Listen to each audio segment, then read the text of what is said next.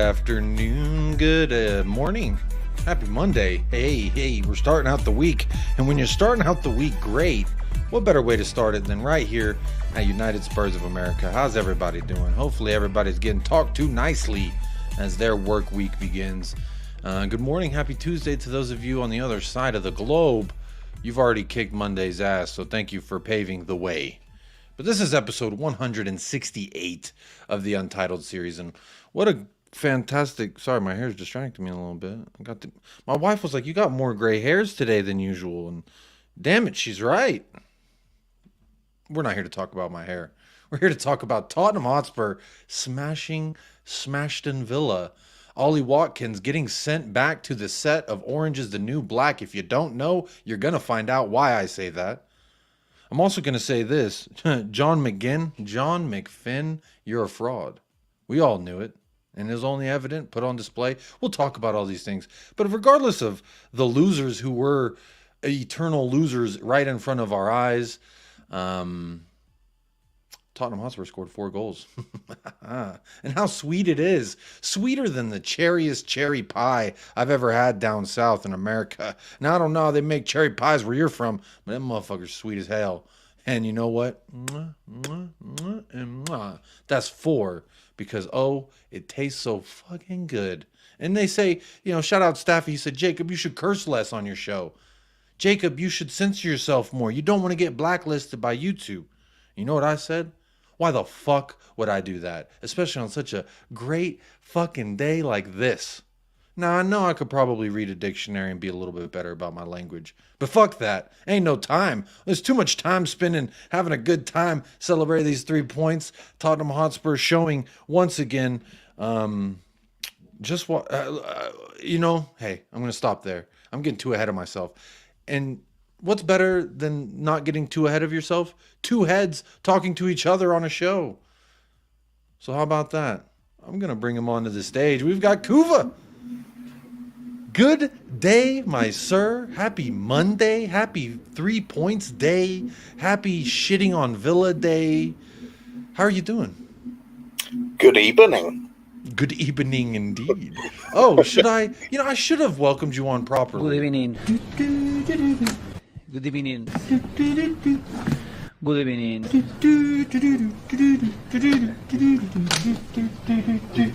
Good evening.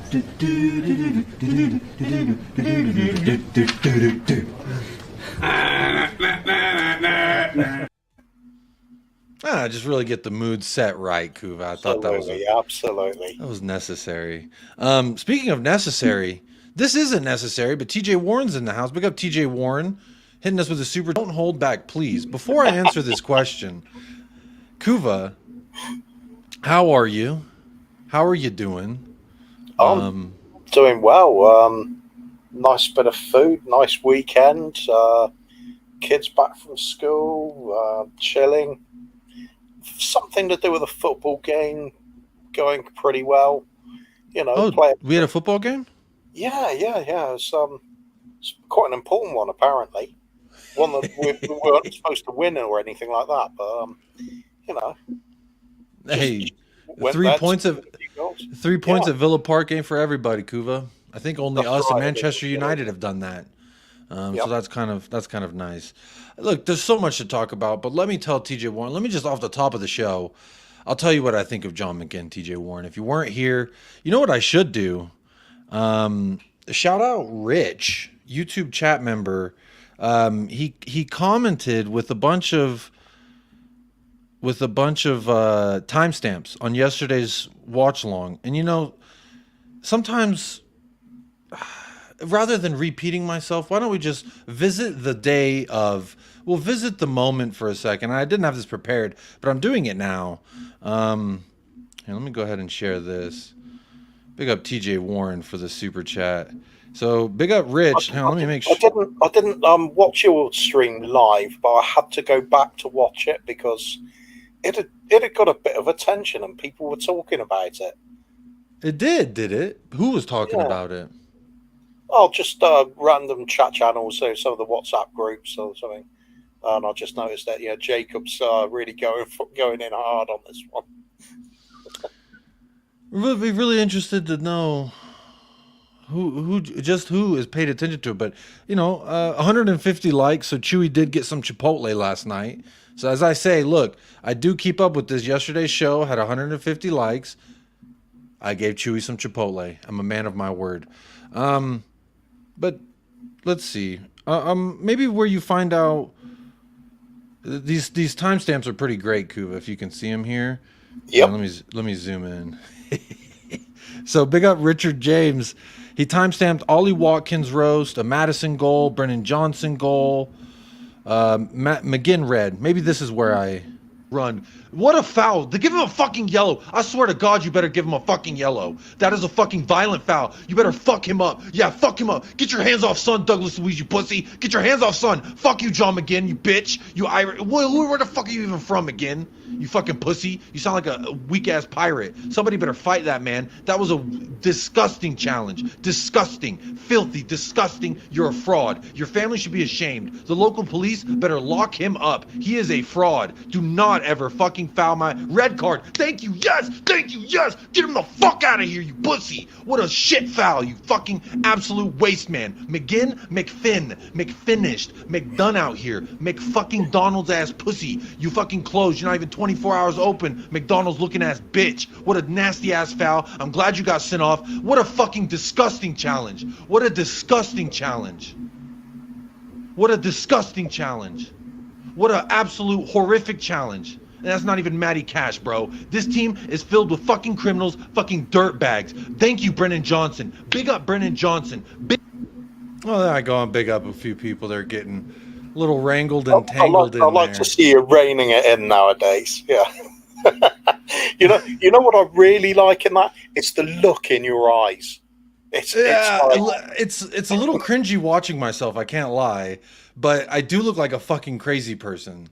Yeah, it's good. You are totally living it. I absolutely love it. That's the thing. It's either I yell at a TV screen and look like a crazy bastard live on air, or I do it in my living room, and then my wife's like, "What kind of example are you setting for our son?" So, I'm trying to set the right example, and I love I love having some fun. I didn't used to do watch-alongs because I was like, I'm gonna get pretty embarrassed just living in the moment, and it's really what you said. I am just in the moment. I'm feeling it. I'm probably a little over the top. People in the chat were getting upset with me yesterday. They were saying, "Oh, you wouldn't say this to Ollie Watkins' face." And instead of being smart and rebuttaling in a clever way, I was just like, "Fuck you, pussy," and I time them out. And it's a lot of brutal, just pent up energy, anger. I don't know. But you know what? I'm envious. I wish I still felt like that about the team. I kind of got broken the last few years, where I'm just like, I'll see what happens now. I'm just not. I've lost the ability to care that much. I don't know. Maybe that's an age thing as well. There's other things in life, sort of thing. But yeah, I miss it. I used to get pretty carried away when I was younger. Alcohol seemed to be a key to it, though. Bro, this was 7 a.m. There was no alcohol. It was coffee. This is coffee. I don't drink alcohol. I haven't had alcohol in a long time. I do occasionally, like if it's a celebration or if we're hanging out with the in-laws and shit. But for the most part, I don't. I did kind of lose my mind there. But big up Yosarian says that red card response of yours still demonstrates immaculate vibes in my book, Jacob. I'm pretty angry. And I tell people throughout the week, if you want like a more calm approach to how I do things, 6 days of the week you can find that. But the watch along Jacob is a little bit different than episode Jacob or panel man Jacob. Hang on, we could test that out a little bit, couldn't we? If I said something like, Eric Dyer's doing really well. Well, no one gives a shit about Eric Dyer. All right? Except for the Dyer family. Apparently, Dyer wanted to talk a whole bunch to the media, too. He was doing all this reminiscing, all this talk. Bro, shut up. Just eat some schnitzel, drink the fucking beer, wear the lederhosen, and just, hey, man, you're at Bayern Munich. right? Life must be good. Why are you talking about Tottenham? Everyone last week was talking about Tottenham, and it was very, very weird, in my opinion. Like, why is everybody got to talk about Tottenham? But look, let me say hello to some people in the chat before we keep on going. I'm not going to sit here and like look at this watch along for too much, but there you go. There you go, TJ. Thank you for the super chat. Probably demonetized this show by showing my other show. So when I do watch alongs, YouTube's like, you're not going to get any ad rev. You get the yellow dollar sign, basically. And so I know that. I know. I'm aware.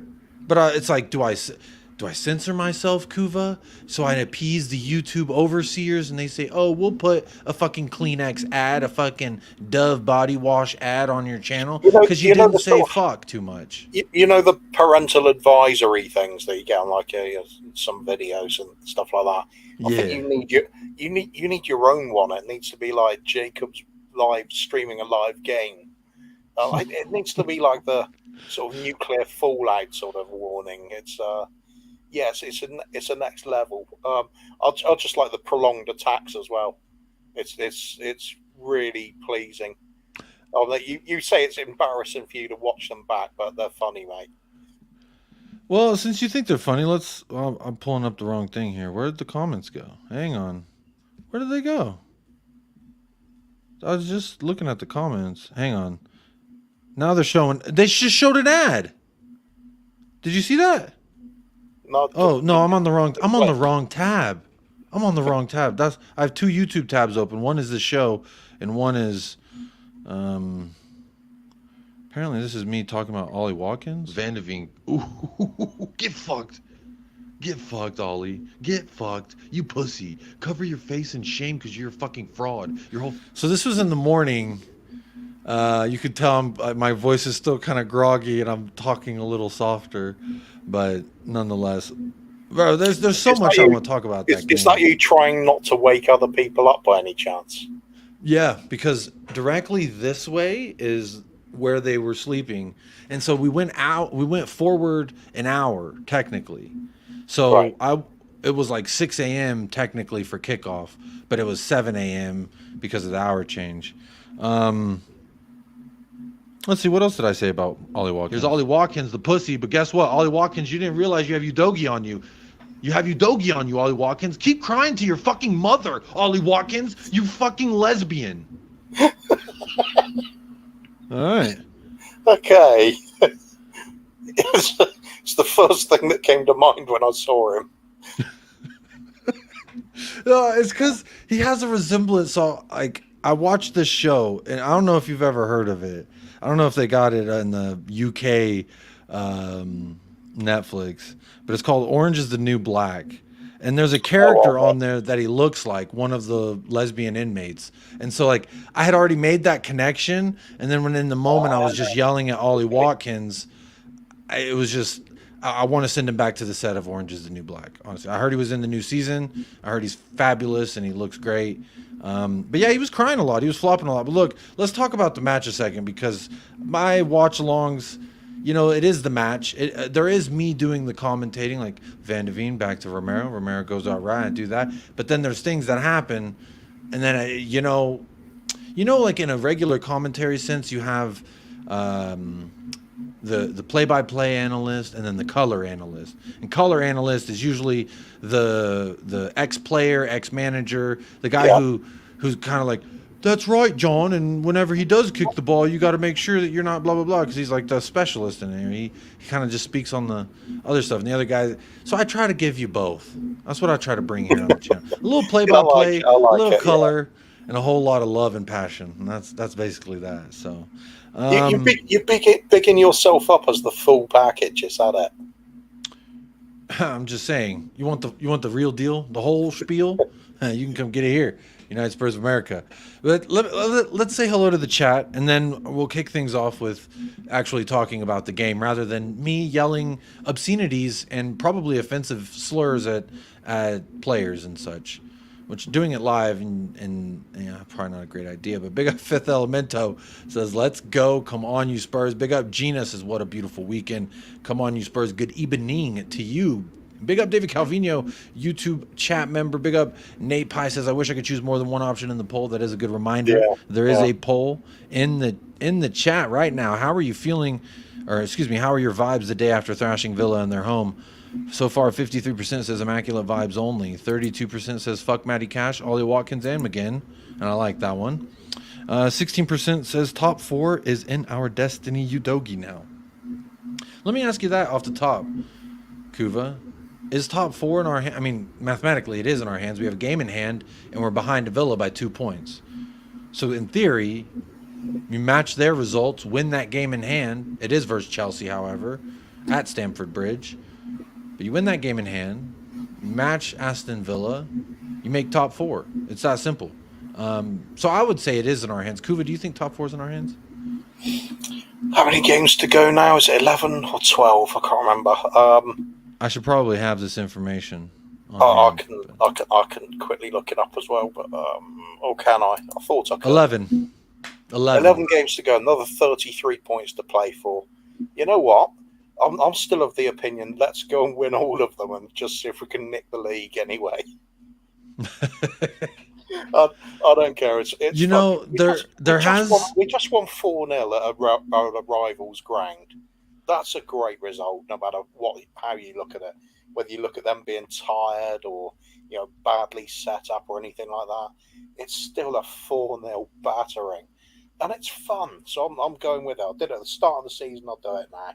If it's still technically possible, then why not hang on to the dream for a few more weeks? It's not likely, is it? Of course, but all these clubs above us have the players still.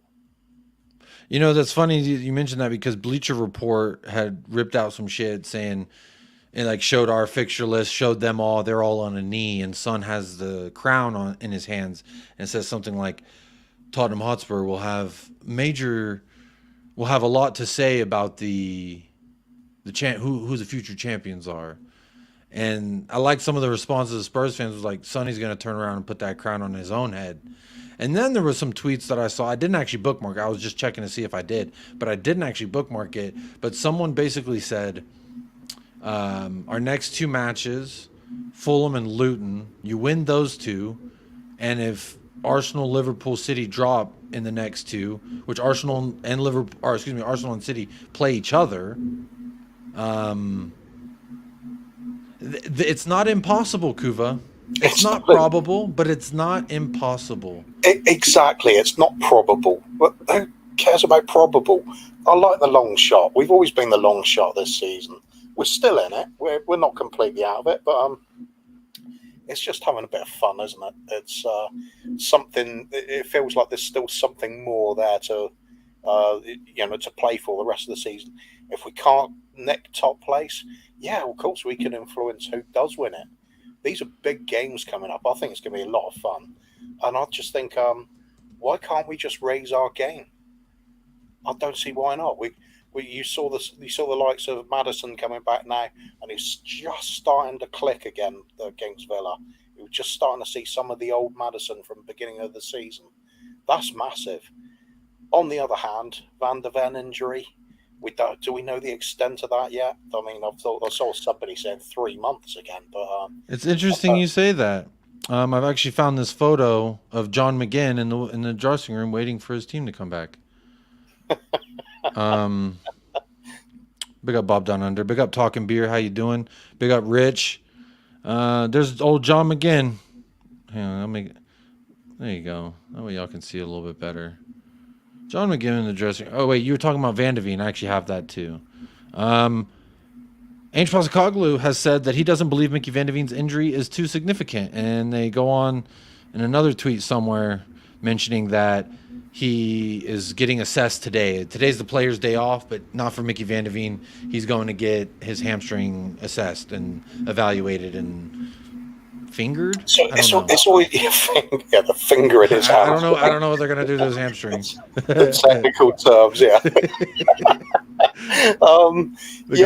It's always a worry when it's a hamstring, isn't it? Because it's one of those injuries that can just keep coming back and coming back. Some players end up having to have surgery on it. Let's hope that's not the same for Mickey. But it's a worry. We just need to it would be reassuring to hear the results there. I'll tell you what, though. What did you make of Dragusin when he came on? It's interesting you say, well, I said that twice now, that it's interesting you say that, because that is actually a subject that we were going to talk about. There was a tweet I saw today, Kuva, and it said, imagine we never sold Dyer. Imagine we signed permanently Clement Longley. These are the guys that are looking at coming off of the bench when Van de Veen goes down. And the fact that we've gone from Eric Dyer and Clement Longley to Mickey Van de Veen and Dragusku. Romero's still there. Oh, don't get me started. I have a lot to say about Romero. Got a lot of subject on him. There's some matter that we need to talk about. To me, there's only one other center back who has done something that he has done in the league, and his name is Virgil van Dijk. So this is the names that he's mentioned with. I think it's high time. It's high time that every single Tottenham Hotspur fan that ever doubted Cuti Romero just realizes there's enough room in this club for you to be loved on. You can have some Cuti love, and it's waiting just around the corner for you. I don't want to play the Cuti clip, but Kuva, should I play the Cuti clip? Play it. All right. You know what? No, we're not supposed to talk about Cuti. Just remind me what we were talking about before. I'll just do the one in the swing then. Oh, that's just a photo. And yeah, that'll do it. I've got this one right there on the ready. Hell yeah. And then I've also got this one. Those are some. I got this one too. That one's kind of nice. Dragusin. Yeah, you asked me about Radu. I think he's good. Hey, 0-0. He played over 50 minutes. I think the Spurs play reporter was like, so you came on the pitch with 2 goals up and played half an hour. How'd you feel?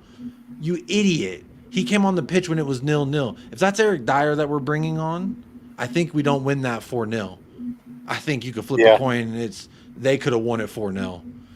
You bring on this guy, and at no moment did he look out of sorts, out of wits, like he didn't know where he was supposed to be, like he didn't know which runner to grab. There was one moment where I think it was James Maddison had tracked back and was helping him out defensively, but then he didn't even end up needing it. He just looks like a perfect candidate to be, hey, left, right, it don't fucking matter. I used to play central. You know what I'm saying? You know what I saw? I thought the same as I think everybody must have thought with Van de Ven going off, and we all think, oh my God, if that's his hamstring, that's it, we're done. It's going to ruin the rest of the season.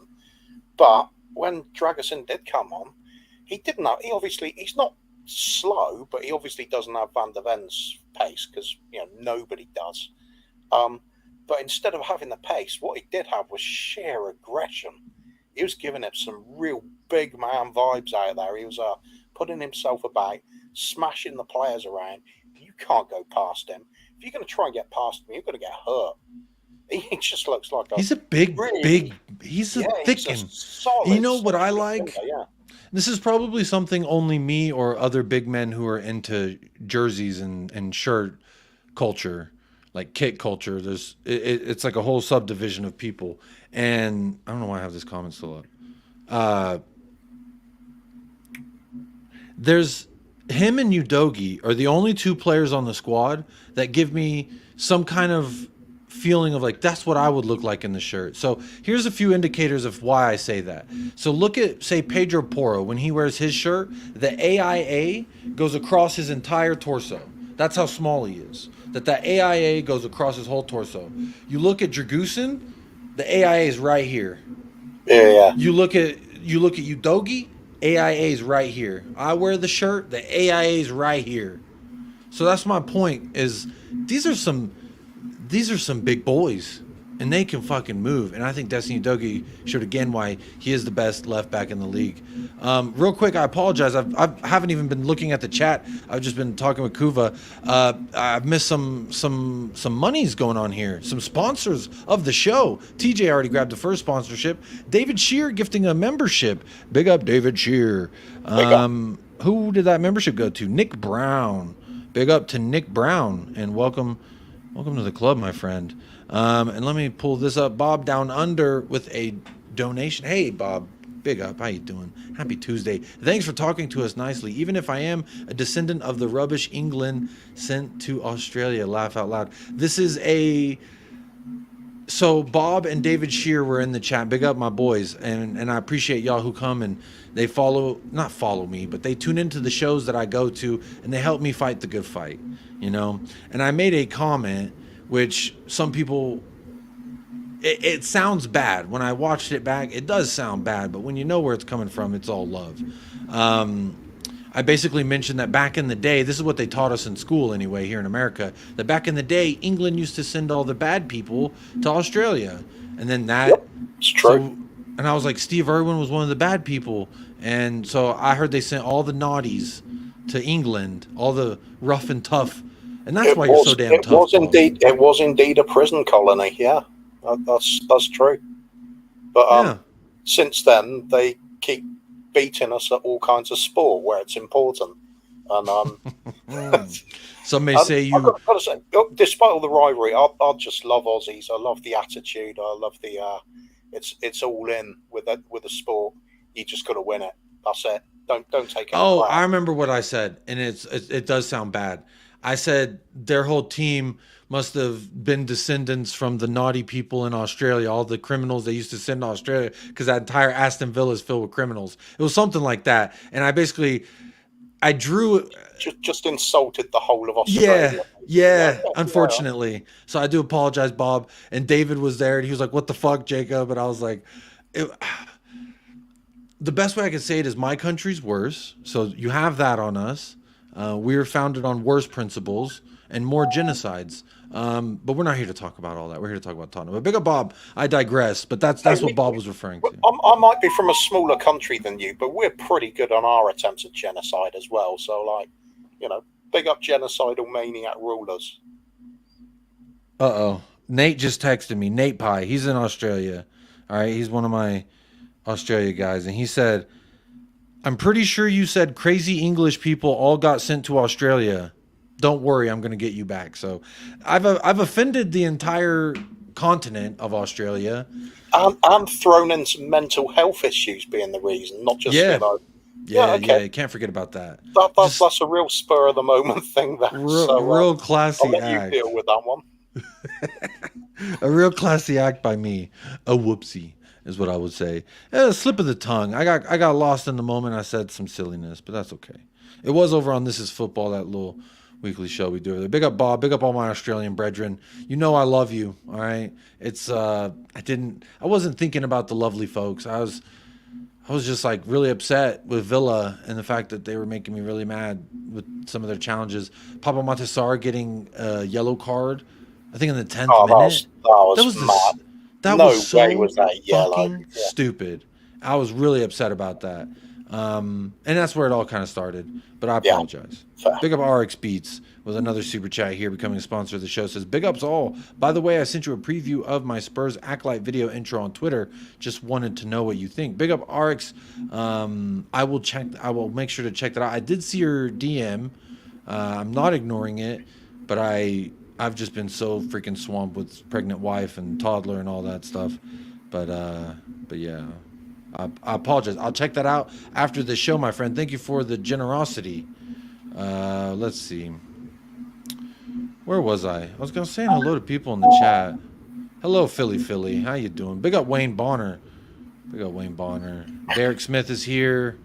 Patty Hartnett's here. Hello. David Calvino. I think I already said hello to David Calvino. Big up Internet Guy. How you doing? Immaculate vibes about Tottenham today on my birthday. Thank you, lads and ladies, beating Man City, for making my day a very... Hey, happy birthday, Derek Smith. Here's some balloons. There you go. Happy birthday to Derek Smith. That's very nice. Paul G, evening, Jacob and Kuva. Hope all's well in the chat. Big up Paul G. Big up Shamu. Chelsea are 2-1 up. There goes my fucking prediction. I said 2-1 Newcastle. There it is. Happy birthday, Derek. Yes, happy birthday, Derek. You can't censor passion. Wayne Bonner, this is what I'm saying. My watch-alongs, yeah, they're not great as far as, like, being polite.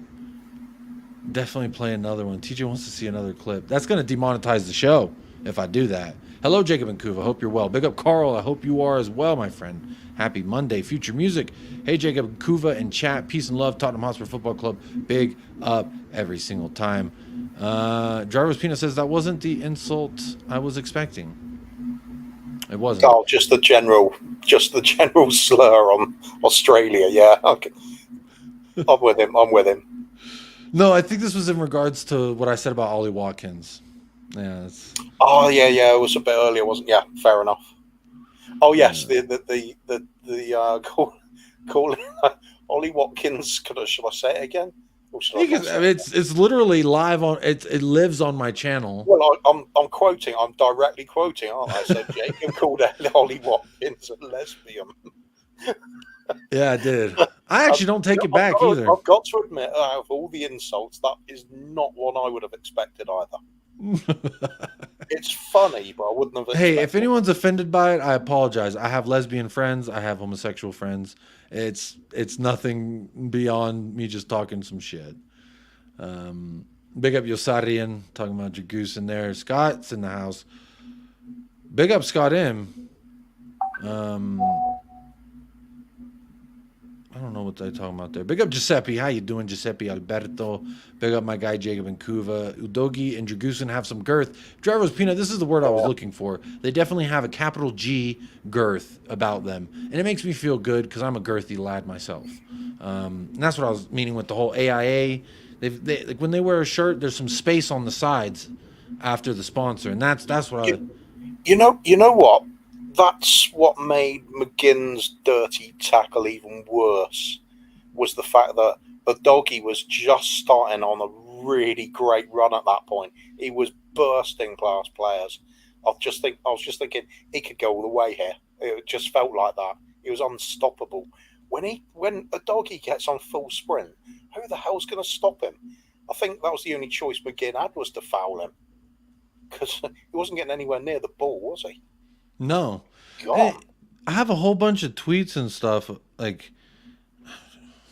shout out John McGinn every single time.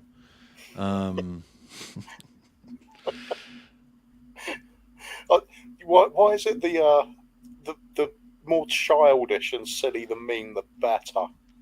That's what I'm all about, man. I'm about that shit. Let's see here. Oh, let me ask you this. This is a major talking point. It's actually a serious talking point. This is obviously the build up to one of our goals there. But I had people, Spurs fans, seeing us. Hey, let me do this. I'm distracted a little bit, but this says Spurs fans seeing us replace a competent defender with another competent defender. It's been a long time.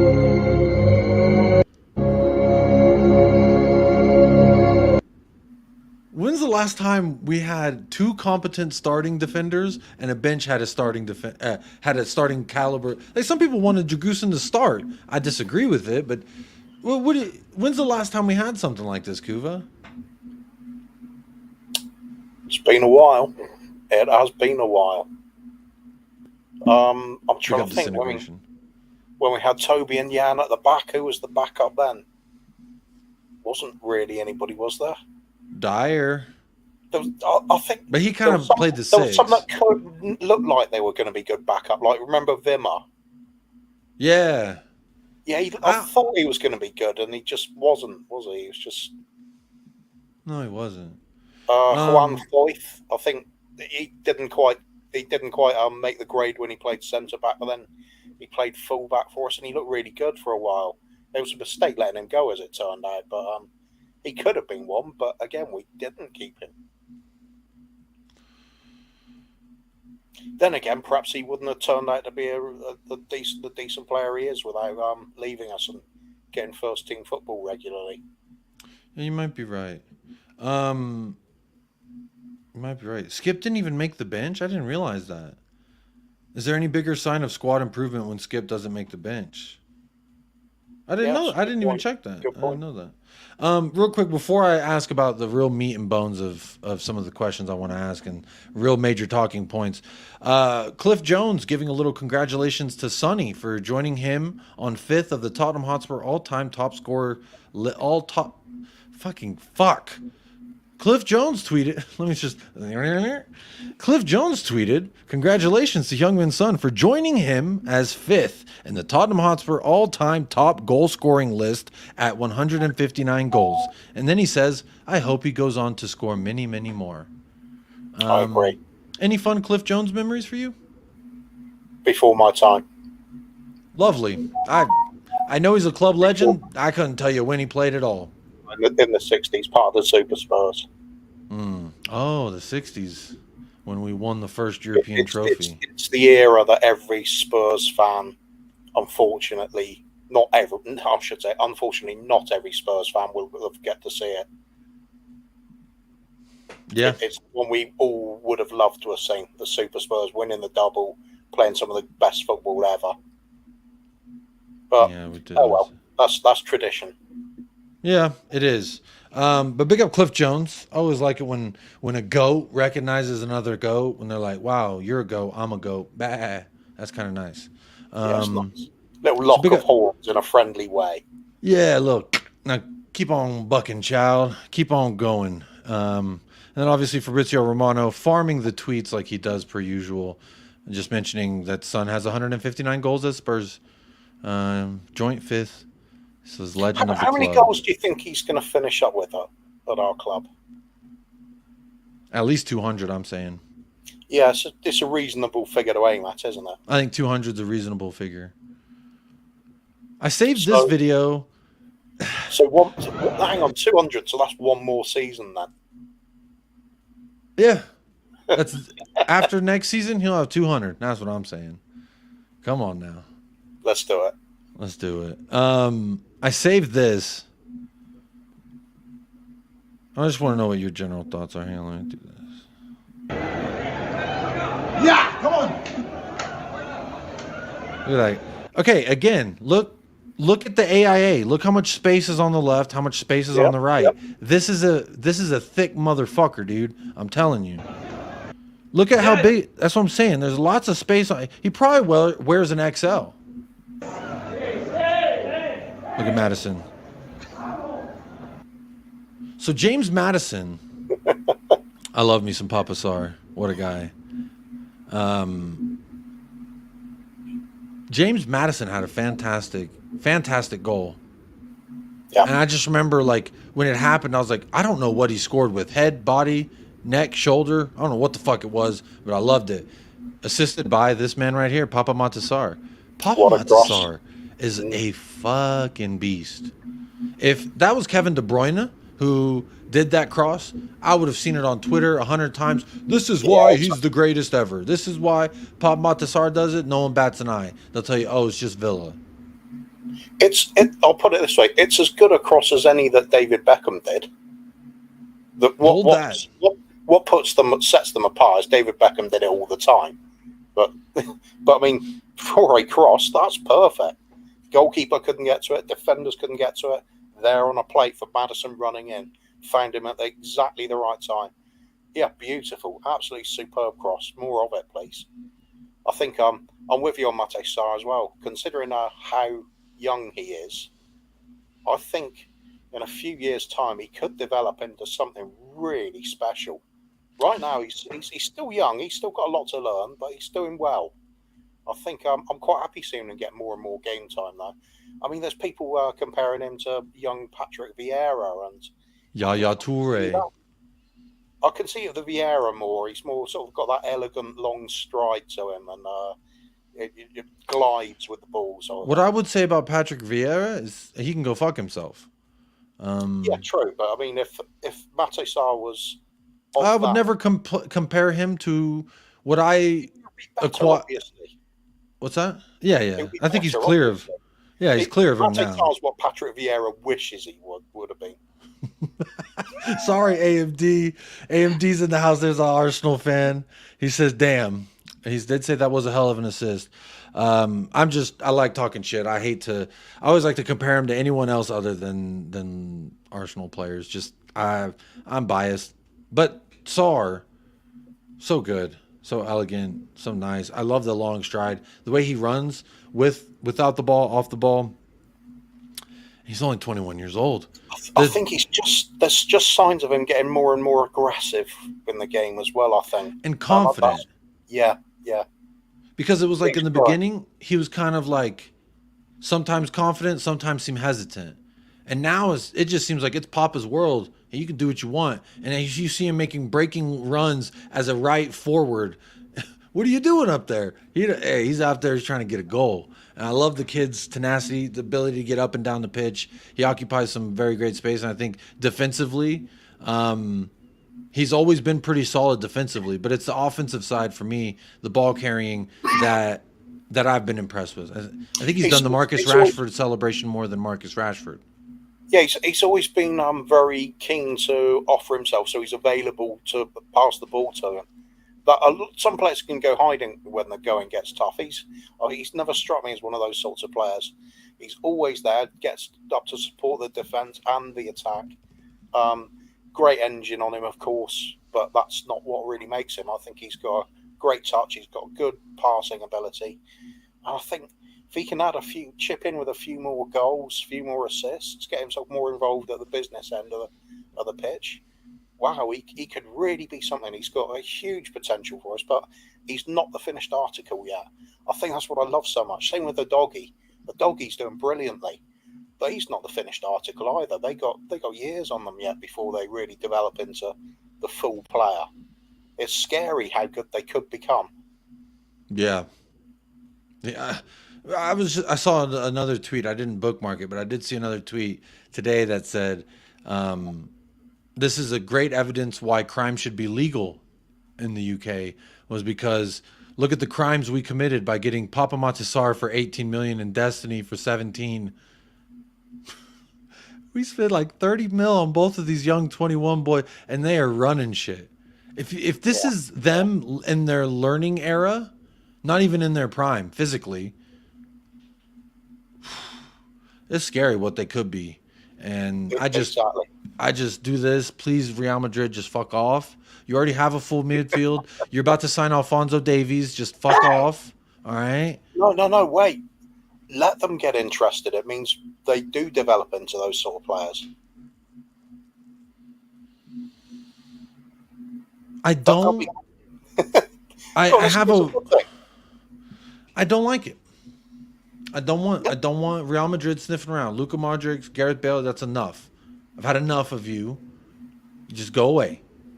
Because Destiny Udogie, to me, is the best left back in the league. Papa Matisar, I'm going to say best. Who's another great? Kobe Mainoo's the only other guy I can think of that's young and is a fantastic midfielder. Yeah. But other than that, all the studs in the midfield, they're fucking grown men. Like Pascal Gross and shit. Yeah, gotta say so. Gotta say so. But my hope is that Real Madrid are able to get Alphonso Davies, who I would say is the only person that him and Theo Hernandez, but after them, it's Destiny Udogie, as far as best left back in the world. Show me the proof of anyone else. All right? And until then, I stand by my claim that he is at least the third best left back in the world, the best in this league. And I say the latter with the utmost confidence. Big up Sarr. What a guy. By the way, I just saw Højbjerg. Did you see Højbjerg's little prime Zidane turn? That's been making the rounds. That was fun. He did the and then the back. It's the fact he did two in a row, bit of showboating. That was fun. And as soon as I saw it, I thought, oh, Queen Ellie, she's going to have loved that. Yeah. So she definitely did. She's been sharing a bunch of stuff in all the WhatsApp groups, and there's a lot of Viking propaganda going around because of the Zidane turn. I think Tottenham gave him. So you know how Cinch is our one of our sponsors or whatever. I guess that's how you say it, Cinch or Kinch. They're like the Cinch moment. He cinched it. The fuck. That's just weird. The word plays anyway. But big up Hoybier for that. Here's Brennan Johnson. We're not going to talk about him yet. He is obviously one of the major talking points of this evening. But there's someone I want to talk about before that.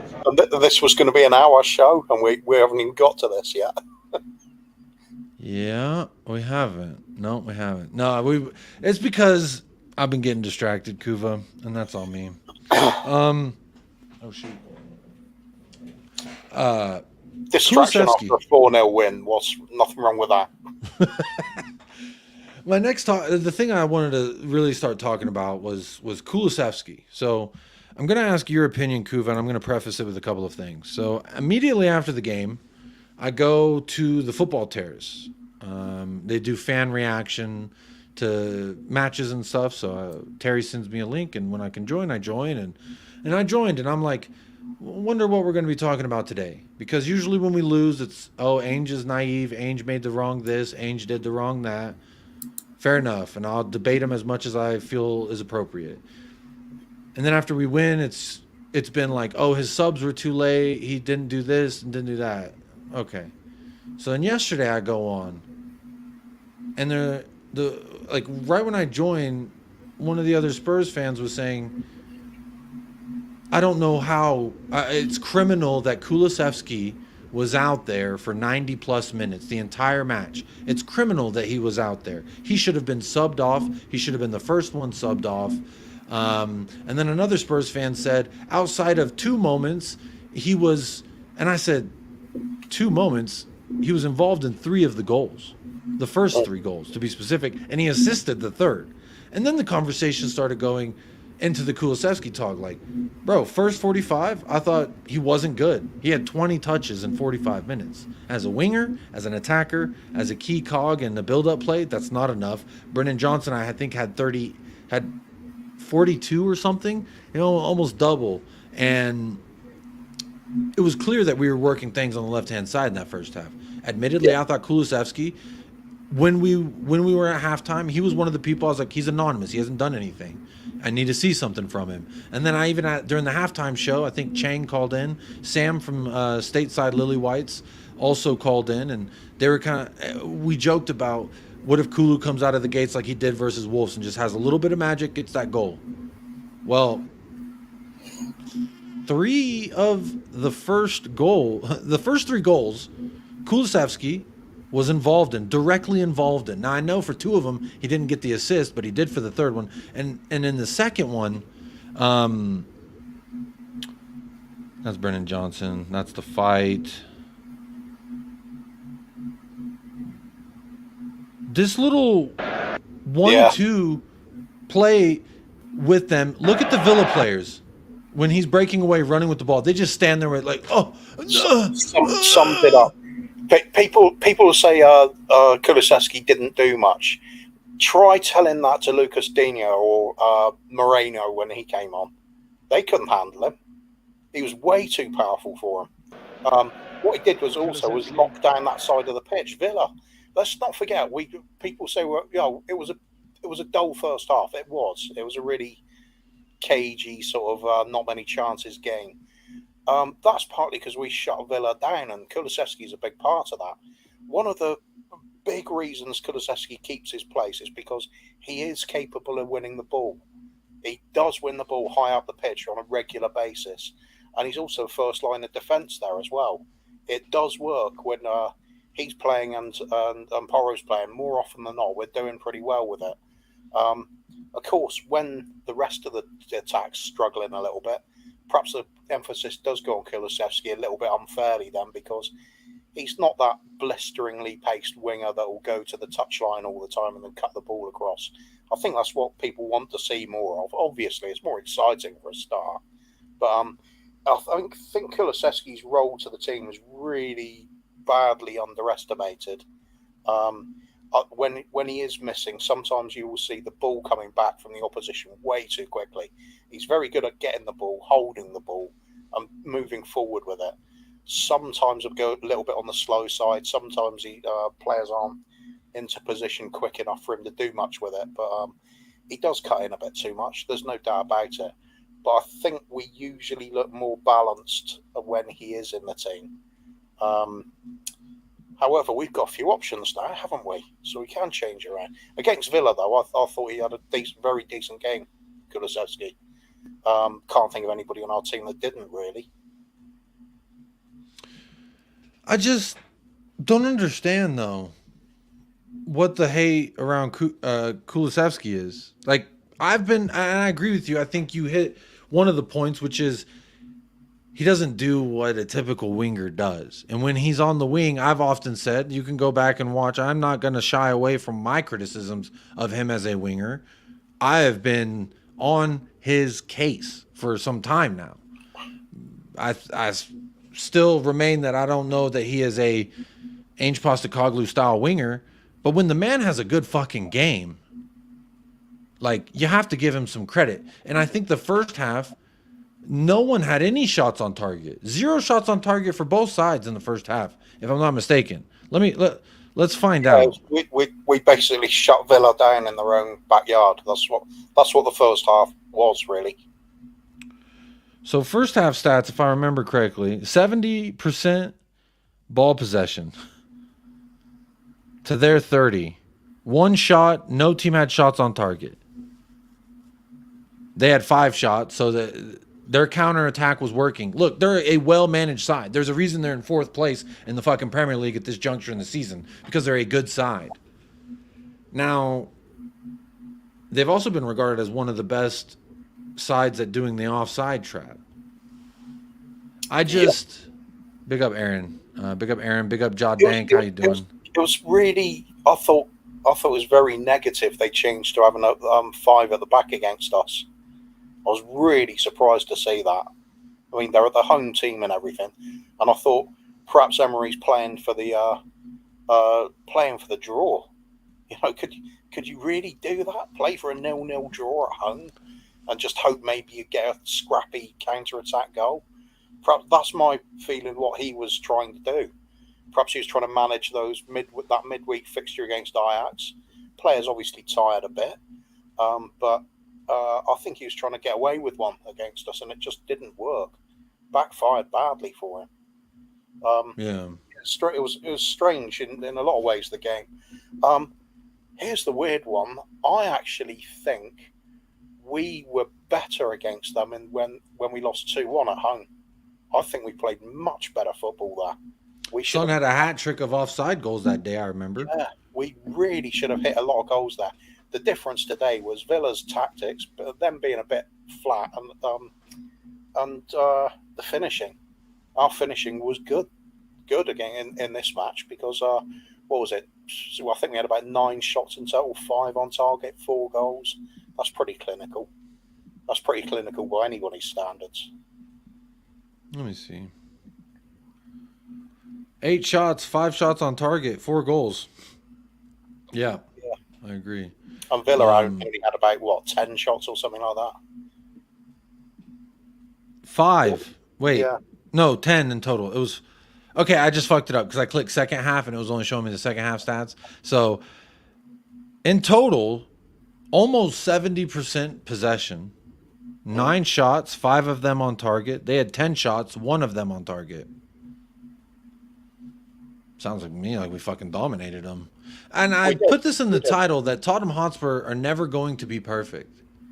I don't think that this is a style that lends itself to being perfect in any sense. But Kuva, I'm all for it. It gets a lot of criticism, Ange, for the way he sets up the teams, but I am all for it. You play 2 aggressive centre-backs on the halfway line, and you push forward.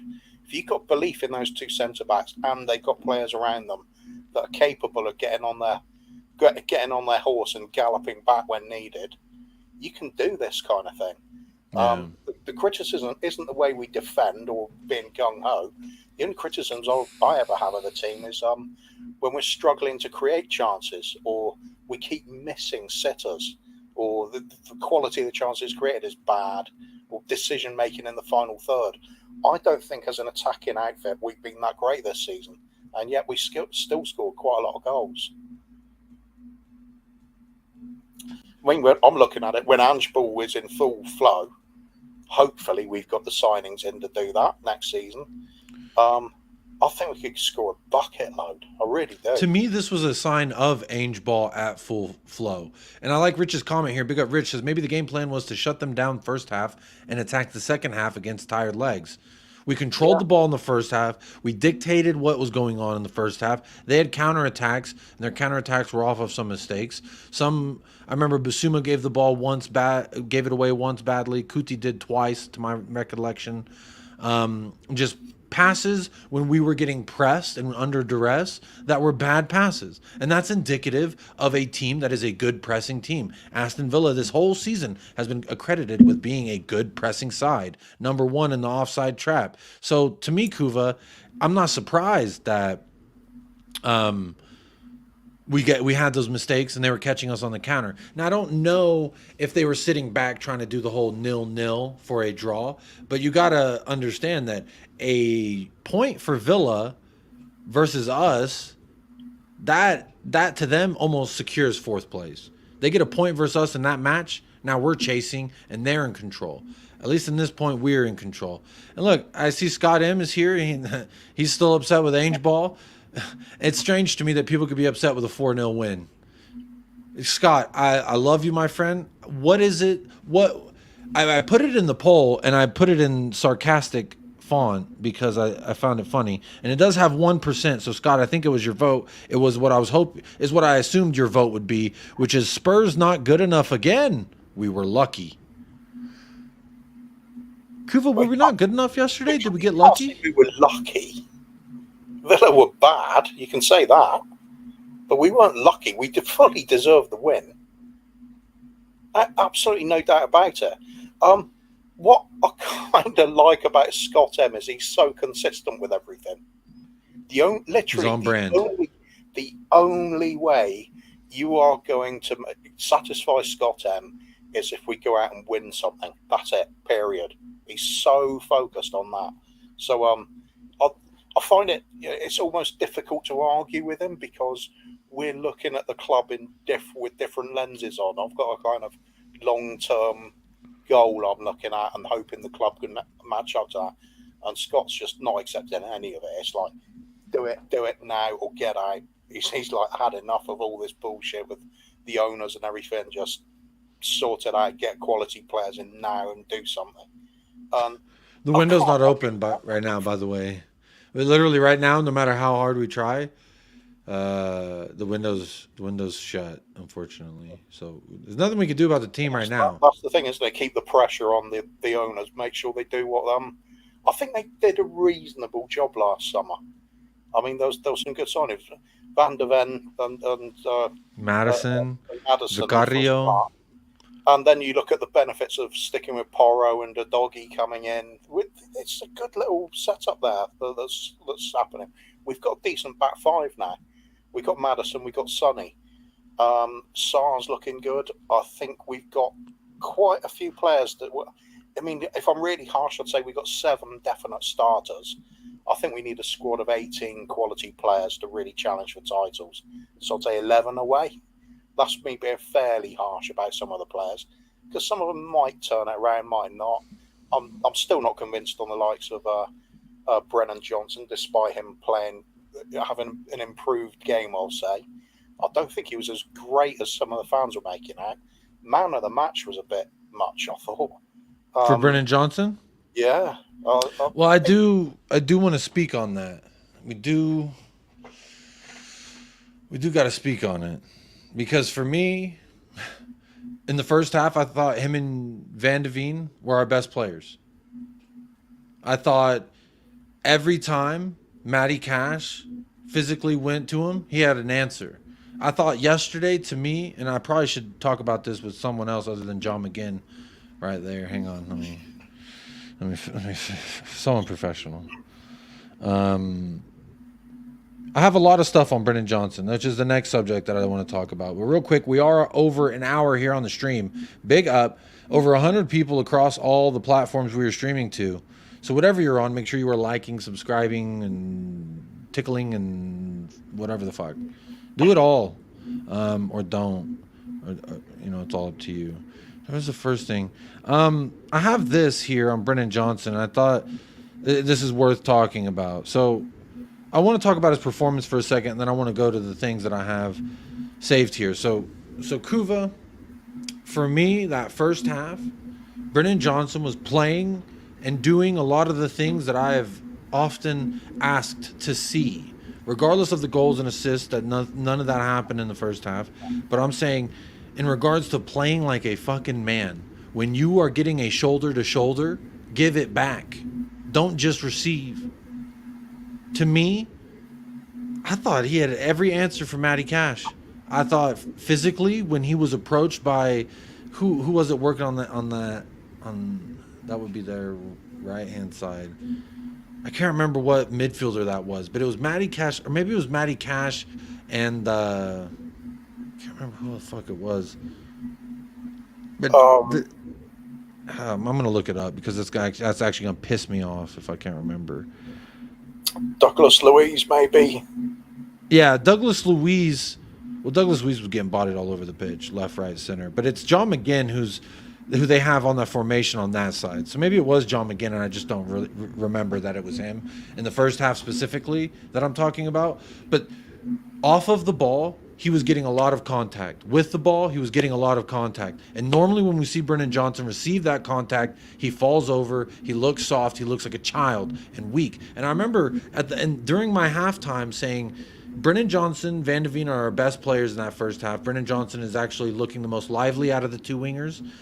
He looks like he's not afraid to go into it physically with Matty Cash. And to me, that is a big sticking point, because it doesn't matter if sorry, I just saw Scott commented and I got distracted.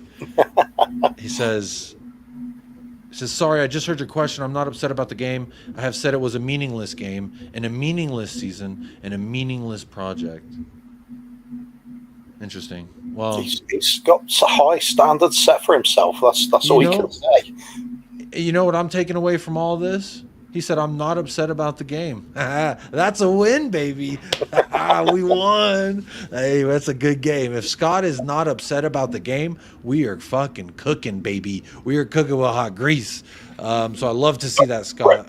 Brennan Johnson, though, yeah, I agree with what he said there. And I see as well that he had an improved game. He didn't look like that scared rabbit in the headlights anymore. He was sticking up to him for himself physically. There were signs of him doing better. The thing is, at the end of the day, even when he got the better of Matty Cash, there wasn't anything at the end of it worthwhile, was there? It was just, the promise was there, but we did this with a lot of attacks generally throughout the game, and in previous games as well, where we do that initial bit of work, get the ball up the pitch to somewhere where we can do something with it, and then it's a disappointing delivery, or somebody hasn't made the run you thought they were going to. But he did. He scored on Matty Cash's fucking head. Yeah. But that wasn't when he was having the period of sort of dominance against him in the first half, was it? No, but we didn't have a single. He actually had the only what I thought it was a shot on target, but they classified it as a cross. What I'm saying, you're saying he had a really good first half, but there wasn't really anything to show for it. No, not that he had a really good first half. I may have misspoken. I didn't mean that he had a really good first half. I'm saying in the first half specifically, I saw from him things that I have asked to see from him, which is be strong, go in with fucking courage, and attempt shit. And he did all three of those things throughout the entirety of the first half, which to me he hasn't done. And it brought up the conversation. Maybe he's better on the left and he's actually this or that. And, you know, there's still a lot. It was promising. I want to see more from him on a regular basis. Obviously, he's still got to keep improving. Otherwise, he won't make it. But, and in every post-match, he has said this. And I'm not trying to turn into fucking Brennan Johnson's biggest cheerleader here, but I'm willing to acknowledge when someone is improving in the aspects and areas in which I have been so critical of. And yes, the final third, wherever he is on the pitch, off the ball, in the box, outside of the box, whatever he's doing, all of that stuff has to improve, right? But that's it at the end of the day, Jacob. And he acknowledges that. So he's aware of it, and the first way to change anything is to fucking say, "Hey, I know that this is going on." And this is why I use the phrase, "Well done, more of that, please. Keep it going, keep going. The improvements have got to keep happening, and even more so next season. And this goes for every player on the pitch. You've got to be better than you were this season. That's the only way this team progresses." So, specifically on Brennan Johnson, he has 10 GA and 1,400 minutes in the league. That's nearly a GA every 1.5 games. Some of those games is when he came off the bench, and some of those games when he got subbed out early. And there was one that when we got a red card, he got subbed out early. I think it was Wolves. No, we didn't get a red card versus Wolves. He scored versus Wolves and we lost. That's why that was shitty. And then I think it was one of the matches. I was really excited to see what he could do, and we got a red card or something. So then he got subbed out for a defender. But that's neither here nor there.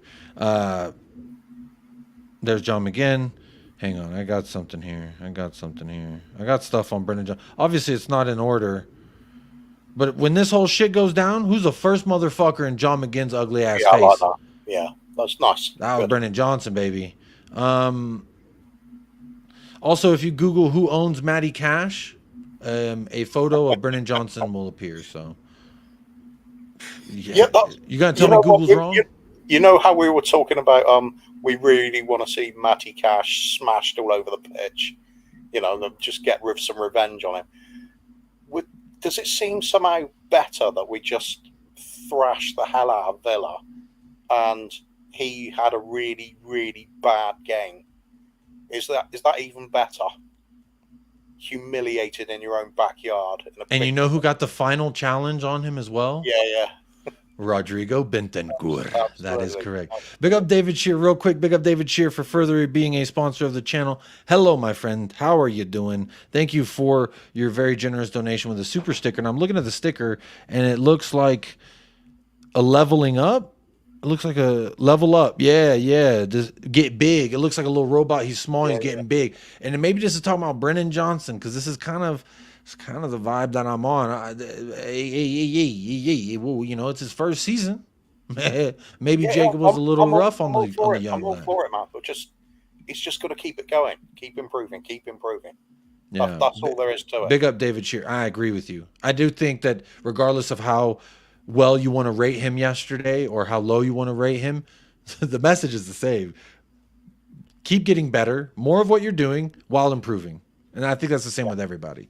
Davo, big up with becoming a sponsor of tonight's show. Hello, Davo. I almost said you gave another one, but this is not your first super chat here. But how you doing? Says, hi, chaps. Sorry I'm late to the party, but good evening.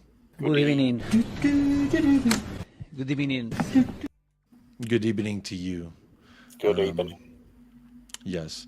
Good evening indeed. But this is some... back to Brennan Johnson. I got a lot here on Brennan Johnson.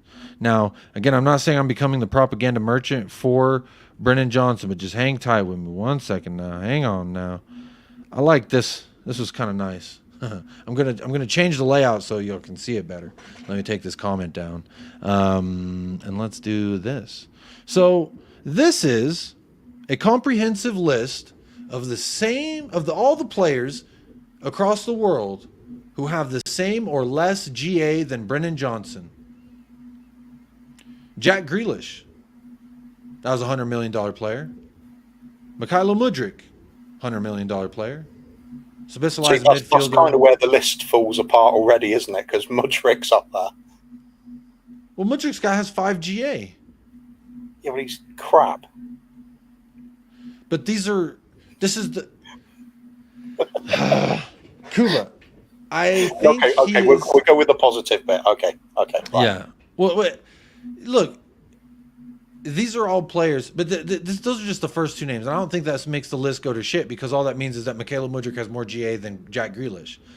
I don't think Dominic Szoboszlai is a name that really we could equate. All I'm saying is, if I saw my name on a list with Mudryk's, I'd probably be more inclined to hope it was a sort of offenders list of some kind. But the thing is, Kuva, if you go to the Premier League website and you click on goals scored in the Premier League, his name is on that list. He has scored goals You look at assists, his name is on that list. He gets GA. It's only 5, so yes, he is shit. And yes, some of that GA, one of them was a cross that went in the goal for some crazy reason. I think it was windy, and he crossed the ball and it went into the goal, and he knew he didn't mean it, but then he said he did. It's kind of like Harry Winks did. I'm going to run through some more of these names. I'll get Armand Lauriente from Sassuolo. Jeremy Doku has 7. That's, how much did they spend? I think they spent the same amount of money on him that we spent on Brennan Johnson. And he started a lot in the Premier League for the best team in the world, or what some at least say. He also has more goals and assists than Matoma, who a lot of people were twerking their little asses for last season. Oh, Matoma, ooh, get rid of Son, give me some Matoma. That's what everyone was doing, fucking idiots. Oh, Matoma, he's the best thing since fucking Szechuan peppercorn sauce. No one gives a fuck, all right? Sit in the bin, Matoma. Gabriel Jesus, the absolute fraud. He has 7 GA, but you know what he doesn't have? More goals than Cuti Romero. So Gabriel Jesus is a fraud. Morgan Gibbs-White, another person in January. Oh, let's all twerk for Morgan Gibbs-White because he had a couple good games. Fucking twerkers, bro. These Ice Spice fans. That's what I'm going to start calling them. Fucking Ice Spice Spurs fans. They just twerk their little asses because, oh, they're better than who and who. Oh, all season. Oh, Jeremy Doku. Ooh, let me shake that thing. This is fucked. It's fucked. João Felix. Everyone wanted him too. He's got 7. Abrici Eze. Admitted Abrici Eze's been injured, so I will give him a pass. And plus, he's going to be in Lily White in the summer anyway. So he's one of our own. Eze gets a pass. Cody Gakpo. I believe they spent $60 million on him. I'm just loving the bias. Yeah, Eze's going to come to us anyway, so he gets a pass.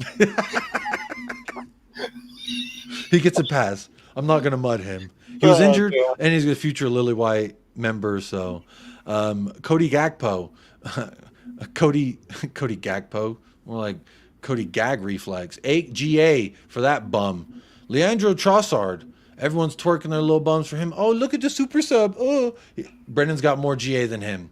Who else is that? Lucas Paqueta. I call him Lucas Paquifer because I didn't want him when we were first linked with him. Now everyone's twerking for him. Oh, he's so good. He actually is a number 10. So that's really not fair to drag Lucas Paqueta in there. So I'll skip him. Ousmane Dembele.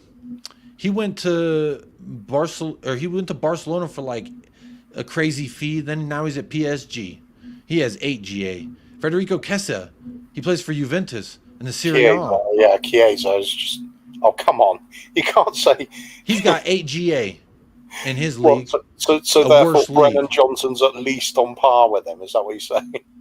I'm saying Brennan Johnson has more GA in his league than Federico Chiesa. Actually, you're right. You're right, Jacob. Brennan Johnson is wearing the Spurs shirt, so this lot are just all frauds. Bro, Chiesa, I seen the little bum twerking Ice Spice fans. Oh, we go get Chiesa, we're cooking. Yeah, hold that. Frauds. Taiwo Awani, I actually think he's a really good striker. He's also been injured. He gets a pass. The striker for Nottingham Forest. Why does he get a pass? I rate him. He's kind of like the style of striker I really like. A strong. He's got pace. I think he's a good player, so I give him a pass. Michael Elise, he doesn't get a pass. Fuck him. 9 GA, you bum. Even though he has been, I think he's played like half the time as Brennan Johnson, but that doesn't help the narrative I'm trying to spin here. So we're going to ignore that. Ignore the fact that Michael Elise's played half of the games likely than Brennan Johnson. Fuck him. He's a bum. You know what, Jacob? You've humbled me again. I have to bow to common sense. If we're Spurs, we've got to go with a bias at all times. I'm not here to do anything other than share information. Right. Carry on. Who else is a bum? Mohamed Kudus. I twerked my ass all summer for Mohamed Kudus. That's where we're at. Mohamed Kudus. He plays at West Ham, and I was these two names right here: Moussa Diaby, Mohamed Kudus. Shout out Ash Maddock and Danny Kiriakou. Y'all, those are probably the only two that remember me twerking my little bum about. I was an Ice Spice fan about Mohamed. I didn't cry, but I was whining and complaining before the season started when Kudus and Diaby both got signed. I remember being like, don't forget, I do follow the Eredivisie. So, yeah, Kudus was one of the ones I would have been happy with. yeah, I love me some Mohamed Kudus. Also, I love the quotes that came out from him at the World Cup. He's like, bitch, I'm better than Neymar. It's just more people know who he is. I was like, okay, who's this guy? What are you talking about? Okay, this guy, okay. You know, and then he cooked.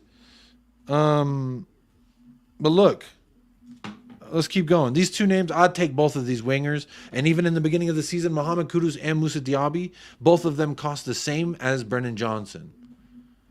And I remember being like, for the money we spent for Brennan Johnson, we could have gotten Kudus. Or we could have got Moussa Diaby, who teared it up for Leverkusen last year. Which weird how they're fucking. I don't know how that. It doesn't make sense to me. But maybe I overrated Diaby. I don't think I overrated Mohamed Kudus. I think he's maybe Leverkusen have just found their groove with the manager now. Yeah, but you got to admit, you add a Moussa Diaby, you got to think that they'd be better off. I don't know. Clearly, I don't know shit. But Raheem Sterling, the absolute fraud. Look at it this way. We finished 8th last season. No Harry Kane. We're in 5th now. These things happen. You know what's funny is all the videos that have been going around beginning of the season, everyone's like, oh, Tottenham, yeah, they're for sure. They're 10th, 8th. They're fighting relegation. Fighting relegation. That was the one I liked. Yeah, that's kind of fun. You know, they put us there in the relegation battle. It's funny because it's what I always like is when people say, "Oh yeah, without that player, they're just going to fall apart," and it's like, well, yeah, if we don't replace them and we play with 10 men all season, we're probably going to struggle. But I mean, somebody's going to fill their place, aren't they? Yeah, that's exactly what that means. Some more names that have less than Brennan Johnson: Marcus Rashford. What a bozo.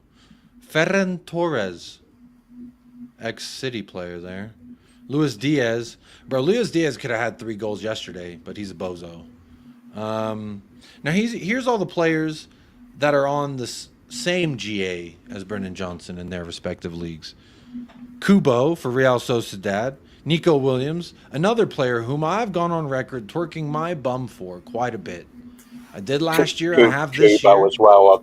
I'd be really happy with Kubo as well. So all these wingers that you would be happy with, all these wingers that there's 3 names that I've mentioned in this list that I've twerked my ass for. Said, oh, I'd love them to be in North London. Oh, what I would do to see this. Brennan Johnson's equal on GA in a tougher league than La Liga. Sorry, respectfully. I mean, to be fair, Nico Williams plays for Athletic Bilbao. It's just that I have 10 GA with Athletic Bilbao, I guess is pretty good. But these are all names, and then you can see the rest: Rafinha, Gabriel Martinelli, João Pedro, and Bruno Fernandes. Gabriel Martinelli, the only reason he has 10 is because they've literally scored about 40 goals in the last fucking 2-3 weeks, and he's had some of them. But so the only reason he's got that number is because he's earned them, you mean? See, when you say it like that, it doesn't sound as slanderous. No, I'm converted now. I get it. I think the key here is all of these players are for other clubs. Brennan Johnson is one of ours, and as any man knows, you've got to give your own Johnson a lot of loving. Yeah, absolutely. But my thought here, Kuva, and I'm live thinking about this, like, all these names I just mentioned, Brennan Johnson has equal to or more than. Is he really that bad of a signing? Yeah, they did say Starboy. I don't know if I'm ready to say he's a Starboy. Only person I'm calling Starboy on this is probably Sar Udogi. But I'm just curious, man. And I think a dialogue needs to be started. And yeah, well, they are figures that aren't too bad, aren't they? One way or another, that's end product. So, does he do enough with the rest of his game? I think that's the real question. Then, if you don't really help out team-wise with the rest of your play, then you've got to have exceptional figures, goals and assists. They're going to be like out of the roof. But But you can get away with a more modest total if your overall teamwork is great and you're adding to an overall team performance. If he can do that, no problem. He's on track. That's the thing. With a lot of our players right now, you just got to give them a bit of time. They still need to get used to each other's way of playing and get on those wavelengths that you saw with the likes of Kane and Sonny. That wasn't something that happened instantly either. They worked on that over the course of years.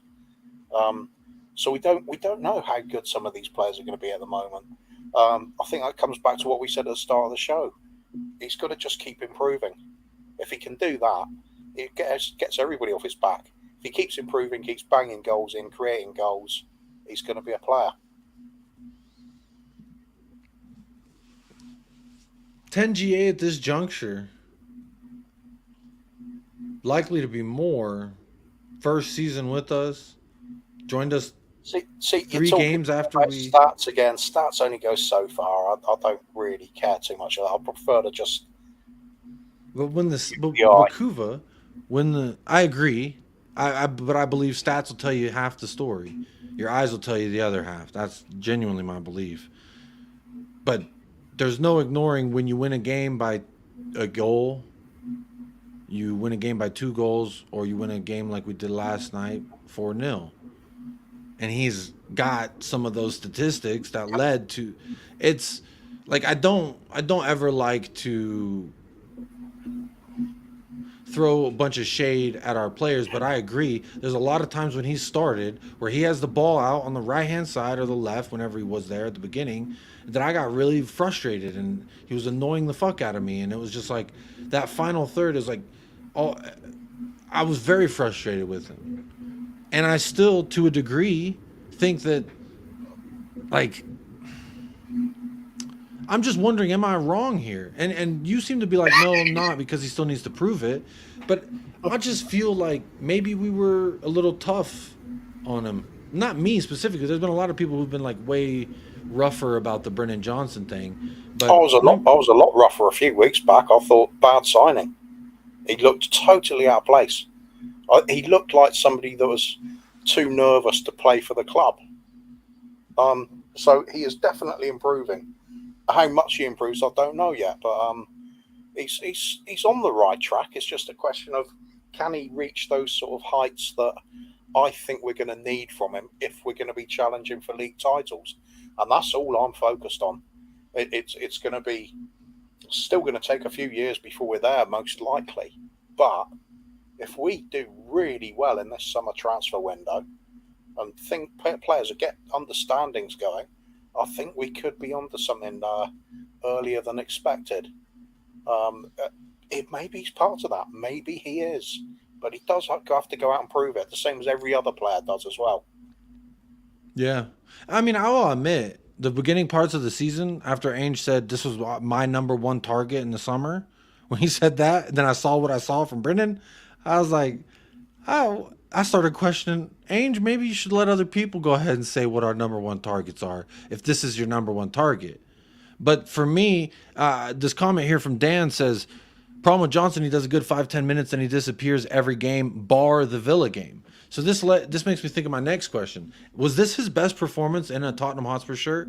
For me, I think either this or when he came off of the bench, but that wasn't a whole 90 minutes like it was yesterday. When he came off the bench and he scored the game winner. But I think that's as good as he's been.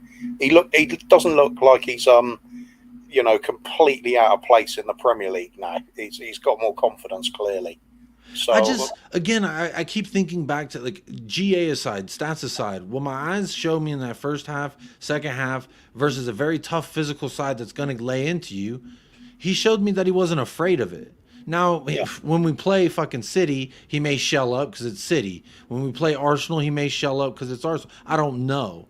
And I do agree with what Dan's comment, the one that I pulled up earlier, that he'll give you a couple good moments here and there, but overall, we haven't seen him good over the entirety of 90 minutes. And again, that first half wasn't perfect, but he was still, him and Van de Ven were my 2 players they were the best 2 out of the first half that I thought were doing the most. Defensively, it was Van de Veen, and offensively, it was Brennan Johnson. I thought, you know, for what it's worth, him and Son didn't look on the same page. Udogie and Son look like they're building quite. Honestly, I have high hopes. I hope that this motherfucker becomes what everyone wants him to be. And he showed me those three things, like I mentioned before. That he wasn't afraid from the physicality. He wasn't going to back down. He was going to match it. He was going to do something with it when he had the ball. Now, granted, he didn't end up in anything, but he looked like he was trying to do the last one, and he was doing the aforementioned. So I think this is just part of his growing process. Like, I'll be honest, when he was with Nottingham Forest, I didn't think he was this blinder of a player.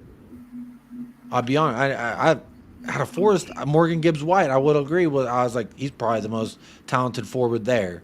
And it just, my opinion, I'm starting to say maybe I was wrong. Maybe I got it wrong. I need to give him a little bit more time.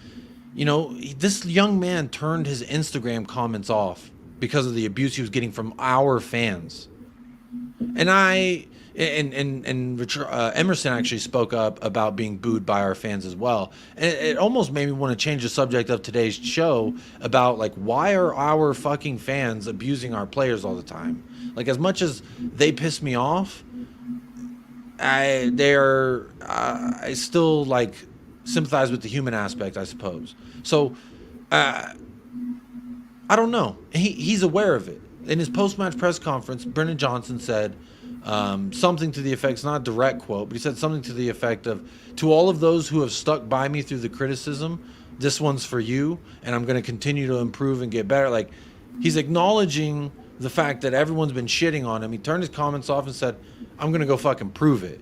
And this is the start of that. Yeah. I feel like this can be the start of that. If it is or isn't, I don't know. I don't have a crystal ball. I can't sit here and fucking tell you, oh, shoot, my crystal ball said this is the beginning. But could this be? The reason you can't completely write somebody off that early is because if they show you a little glimpse of something where they can improve, or a little bit where they have nibbled away at their weakest parts of their game and improved on it, you don't know quite how much they're going to blossom. And the reason I say that is because look at Gareth Bale. When he first arrived at the club, we didn't win for some ridiculous amount of games when he was in the team. I think it was 23 games or something. I can't remember. It was a long stretch, and he was struggling, really struggling.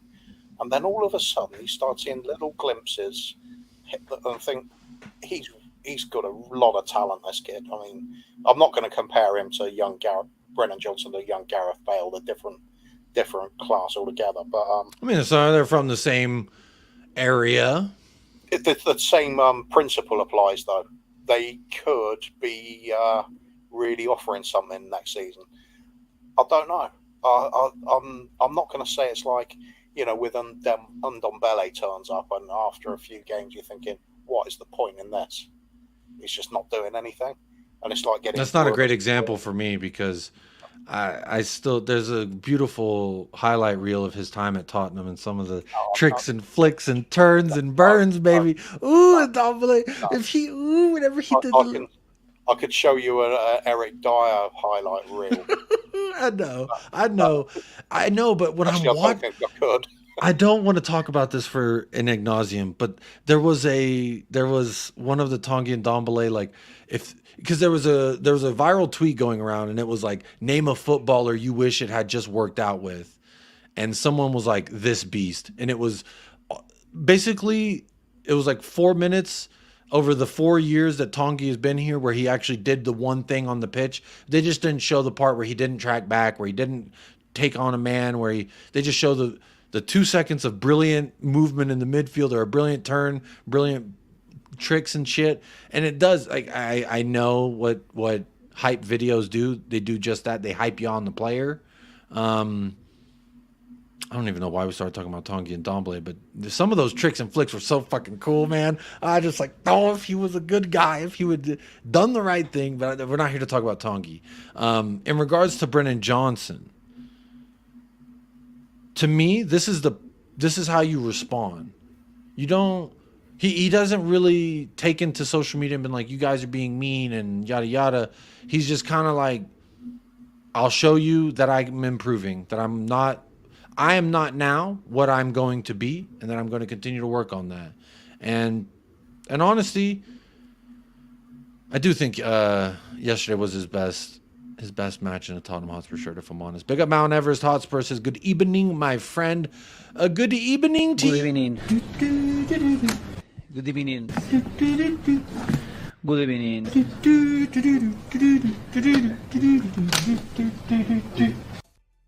There you go. Good evening. That's for you. I want Phil Foden playing for us, not Brennan Johnson. Phil Foden is a different gravy. Yeah, of course. Who wouldn't want that? It's a different gravy. If you want the compliment, you got to take the grilling as well. I agree. Yeah. And again, I'm not saying criticism is abuse. I never said that. I misspoke. Apparently, I'm misspeaking a lot. But I don't think anyone is abstained from criticism in any performance. 4-0 win, you can be critical of Kulusevski. But to say he had a shit game and only 3 good moments, I think is not really fair to the counter argument. Because I've been critical of Kulusevski. And Brennan Johnson, I mean, if you watch the goal back, that wasn't a tap-in. He had a man on him, and he put it far post. And it was first touch as well. Not saying it was a fucking Harry Kane goal, but I'm saying he could have fucked it. He could have easily fucked it. Just like Timo Werner's goal. He could have easily fucked it. It's always coming back to the same argument, though, isn't it, Jacob? That I'm not going to say Brennan Johnson was terrible. He wasn't. I'm just saying that I will acknowledge that was an improved performance. Keep it going. He needs to get better and better and better. The moment he takes his foot off the accelerator and pans out and doesn't offer anymore, he's not doing his job anymore. So if he does keep improving, I always agree with credit where it's due. If he finishes the end of the season like flying, and he looks like a real goal threat every time he gets the ball, fantastic. How good for the club that would be. But that goes for every player. You really want every single player on your books to be playing like a superstar. That's how you're going to win things. Is Brennan Johnson going to turn into that player? That's the question. Is he going to be a Mo Salah? I'd say no. Could he be something lesser level than that, but still good? Possibly. I don't know. Let's wait and see. It's up to him. I do like the fact, though, he said he's turning off all the. He's just not looking at the comments. Head down, get on with the job. Tunnel vision, baby. Do you remember Matt Doherty? He got so much stick at our club. He was crap to start with. And then you remember when he just did the same thing? He knuckled down. He says, I realise I've not been good enough. I'm going to go away and try and improve myself. And he actually did it. He was still a limited player, but he came back and he did all right.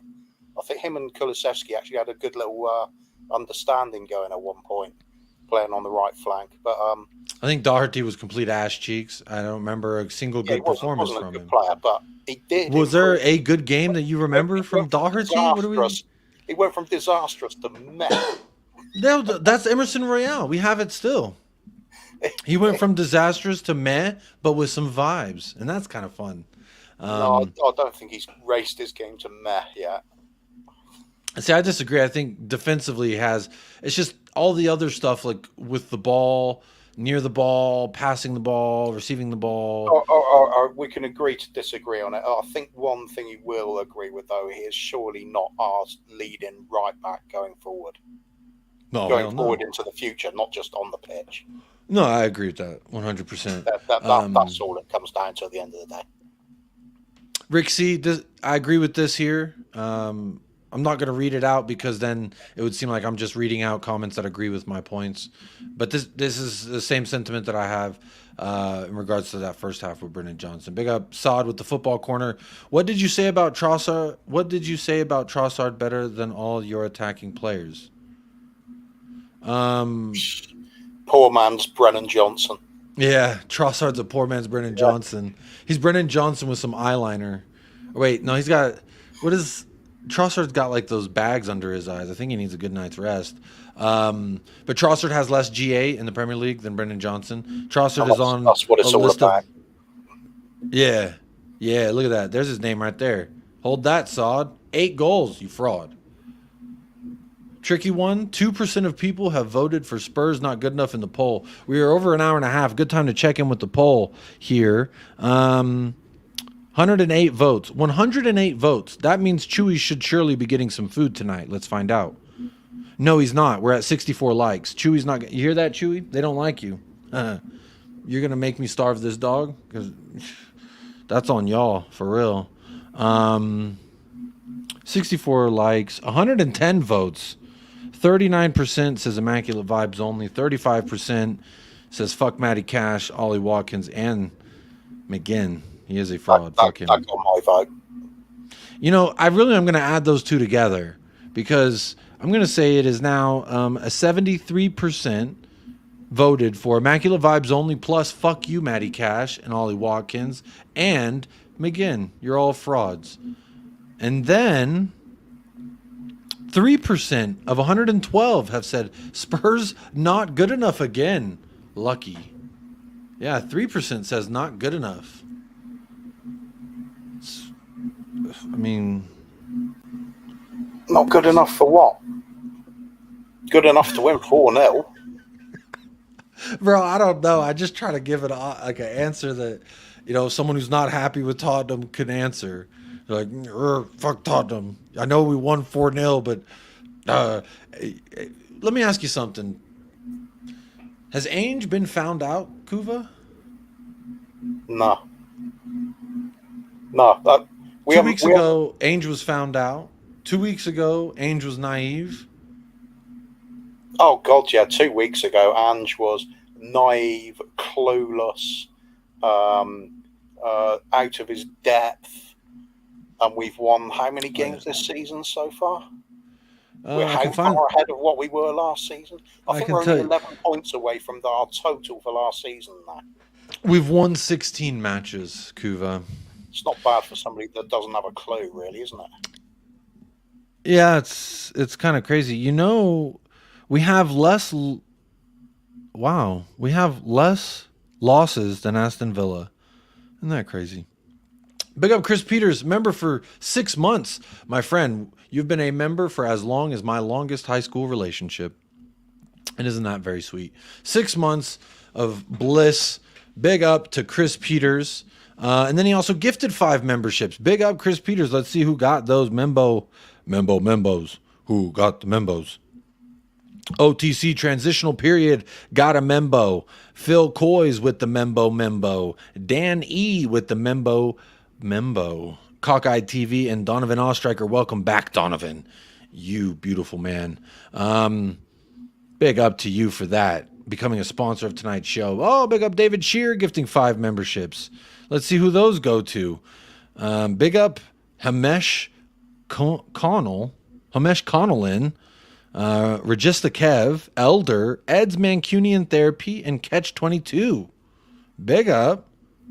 Big up. If you had just read your name, there's been 10 people gifted memberships in the last 10 seconds. So big up to every single one of you who got gifted those. And dubs in the chat for David. Dubs in the chat for Chris Peters. Big up Chris Peters. Also, I believe Chris Peters is a member of the 10-inch club. How you doing, Chris?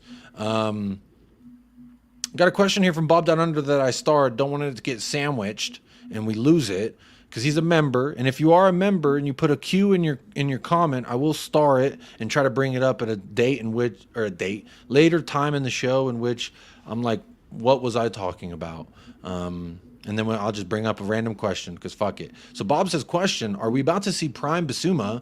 He has improved over the last 2 games. Kuva, I want to ask you. Bissouma he was fucking phenomenal for 9 matches in the beginning of the season. That 10th match, Sarr goes. Bissouma not so great. Then after that, the Luton. Then he comes back. Then he gets, then it's injured. Then it's another. He's had 2 red cards. Yeah, he seems to be a player that thrives on confidence, doesn't he? So if he's starting to find his form again, that's a good thing. I think he's a long way from being that prime Basuma from the start of the season, that one could just shrug off 3 players like they weren't there, like they were little kids in a playground, and he was a grown adult, and then just drive up the field with a ball at his feet. Like, we haven't seen that for a long time. But if he's chipping away at his game and trying to iron out a few errors, he's still making a few. But I don't mind that as long as the overall improvement is there. Let's see what he finishes like at the end of the season. We've got players with the talent. It's just some of them aren't playing well. Some of them lack a bit of confidence. Some of them struggling coming back from those long-term injuries. He's one of them that's just fell off the wagon a little bit after those 9 games, and we still haven't seen him back to where he was. Can we? Will we see prime best by the end of the season? You know what? Why not? Let's see him in really big games. You know, how about North London Derby for a start? That'll be a good one to see prime Basuma, won't it? Dominate Declan Rice. That's all. Oh, yes. Talk to me nicely. Speaking of dominate Declan Rice, we have a decaf Declan on our squad. His name is Pierre-Emile Højbjerg. They have a spicy Pierre-Emile Højbjerg, and that guy is Declan Rice. And in the football corner, I just saw this comment. Such a fraudulent comment. Says Saka is better than Son. And really, Saad, this clip is for you. Funky dog head bitch. How dare you try to tarnish my motherfucking homeboy's reputation, punk motherfucker. Respect the family and back off, bitch, before we come get you. Before we come get you, Saad. Don't make me come get you, all right? Funky dog-headed bitch. I love that from... What a guy. I love me some Snoop Dogg. And that clip, I love it when people come in here and they say some outlandishness, some lies. They try to tarnish my man's reputation. Nah, not today. Not today, Saad. Make sure you are subscribed to the football. Big up Saad. He is a good friend of mine. He is a fraud. I do, unfortunately, have a lot of fraudulent friends. Yeah, he seemed okay until that Saka better than Son. No, it's just... you know, he must have just had a haircut. When Saad gets a fresh trim, he starts doing wild shit. He starts making outlandish claims. I don't think I have it saved here. No, I don't. Damn it. I don't have it saved here. But, you know, he says some outlandish stuff. You know, we like to let him have his fun. But make sure you are subscribed to the Football Corner 97. He is a great guy. I will be on his channel at some point. He will be on this channel at some point, and we're going to get that working on. If I take the Spurs goggles off for a second, I will say Saka is a good player, but he's not better than Son. Son's done it for years. Oh, I am not. We're not even entertaining the conversation. Only reason I brought it up was because I wanted to play that Snoop Dogg clip and talk shit to Saad. Big up Chris Peters with the 20-pound donation. Big up Chris Peters. Says Jacob, this is for your April newborn in advance. Thank you so much for the donation, Chris.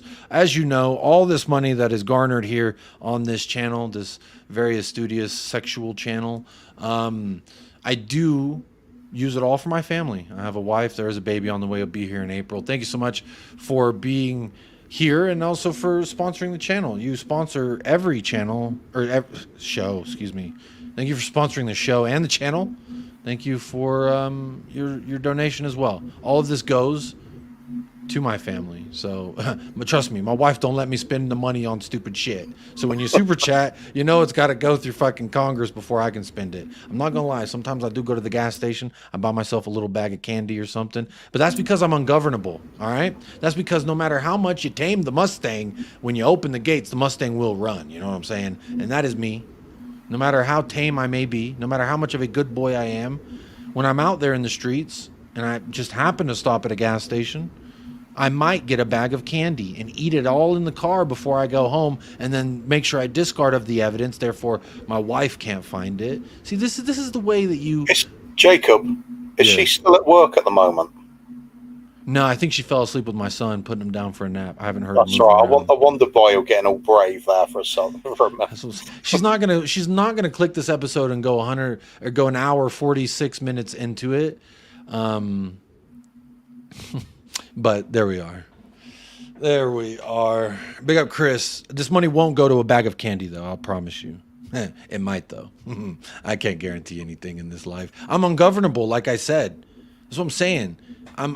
I thrive in the chaos, and if accelerating my heart, get a little adrenaline pump from sneaking around a couple candies. Hey, it is what it is. Big Up Compact says, honestly, I just want to finish the season with the same manager that we started it with. And wouldn't that be nice? We haven't had that since Pochettino. That would absolutely be what a nice. low bar we've set ourselves that we just want to have a manager who can finish the season. I think that's what a lot of fans are forgetting. Just what an utter shambolic state the club was in at the end of last season. No manager, not sure about director of football, star player probably going, and it did go. We were absolute free fall. So to be at this point now, we're thinking it would be nice if Ange stays to the end of the season. I get that.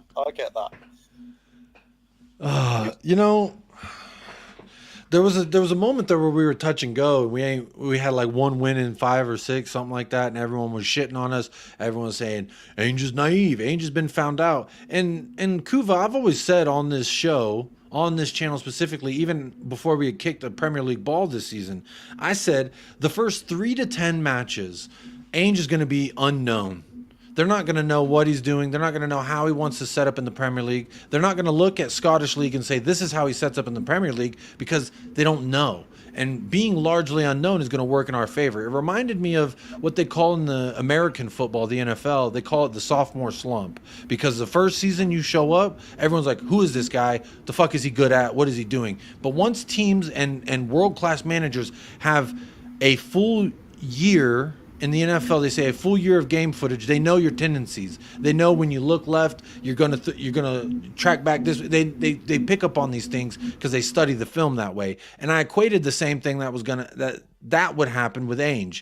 But I said 3 to 10 matches is all that's really gonna take for a world class manager like Pep, Klopp, and then the bums like Arteta and David Moyes. It just give them a little bit of time for them to break down, okay, this is how Ainge is going to set up, this is what he's going to do with these inverted fullbacks, this is how the winger is going to play, this is the kind of link up these passing triangles and these, this is, you have a better understanding, therefore you can game plan against it. And we started seeing that. And then people said, oh, well, he's been found out and he's not, he doesn't adjust. He's too, what is the word that they use, Kuva? He was too stuck in his own ways.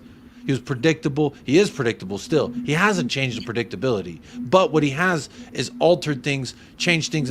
Notice in the second half, Udogie wasn't pushing up as much after Dragusin came on. And I felt like that was intentional to give a little bit more defensive security for Dragusin, who is, covering for Mickey Van Veen. Oh my God, Mickey Van Veen is so fucking good.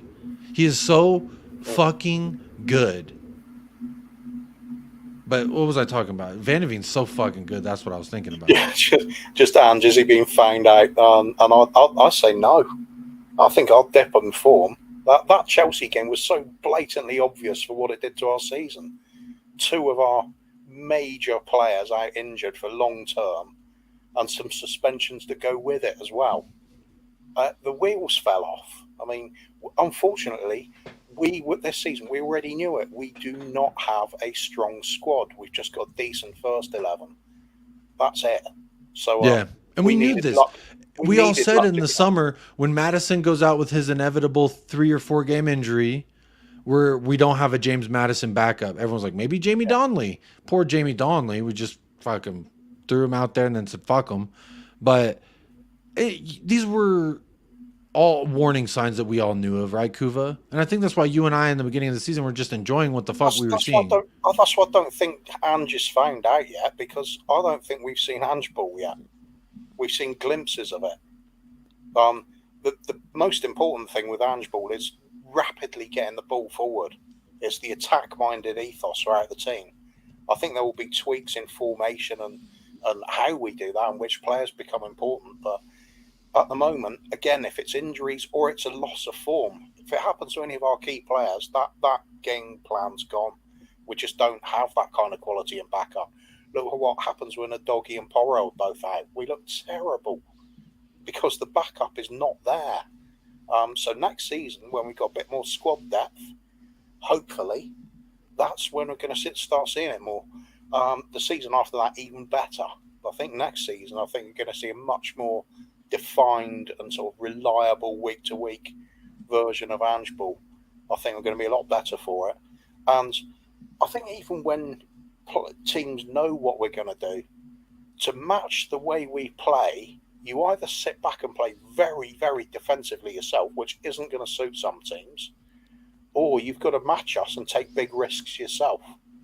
So what's it going to be? Because we're also hitting teams on a break ourselves. We're also dangerous if you come and attack us. So it'll be interesting to see what's going on. I think at the end of the day, it's not the manager, it's not the tactics. I think it's that squad depth and a lack of quality, and we've known this for years. We built a poor squad over several years. It's going to take a few to fix it.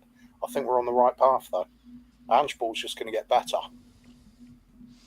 I do agree with you. I think it's only going to get better the more that we have. The more that we have. Sorry, I'm trying to get my hands on this video because Saad says Arteta's a bum. Have some shame, you fraud. It's embarrassing. It's a disgrace. Is a disgrace. Yeah, you know, it's a disgrace. I think he is a bum. I think he's going to show that when y'all finish third this season. It will be unbearable if they win it. It really will. The thing is, don't like admitting it, but they are getting better each season. Is it enough to win it this season? Don't know. Yeah, I don't think so. I don't believe it. I refuse to believe that we are ever going to live in a world where I thought it was just on my end. Big up Danny Kiriakou in the house says, "What's that weird noise?" And then Kate's agreeing, says, "I'm glad you said that, Danny. I was just going mad." I thought it was just my end. Kuva, maybe your mic input was different again, like we did like last time. Remember last time you joined and your mic input was different? Yeah, was it bad now? I thought it was just my earbud being a fuck because it was doing that today. Let's see. We might have just done a 2-hour show with the wrong mic input, and that's fun. Try that. It's gone, and it sounds a lot better. Nightmare. Wow. Nightmare. Big up, Danny, for pointing that out. Kuva, sort out your mic, you fucking YWC. Big up David Shear for the super chat. Says play the meat clip. YWC of the lot, and he knows it. Typical YWC behavior. Kuva, that's much better. Wow, I'm glad. I wish I would have said something, but I was like, I think it's just my earbud because like it sounds weird sometimes if it's like, I don't know what. It's just sometimes it's fucked up. David Shear says, please play the meat clip. But last time I played the meat clip, actually I got a notice that there's some kind of music in the back that fucked it up. So I've actually edited a different version. Let me see if I have it here somewhere. It's got to be here somewhere. I've shared it around. One of Arteta eating meat. Yes, but I edited it so the music wasn't there. All right, I was going to say because that's probably the first meat he's had in his mouth since the job interview.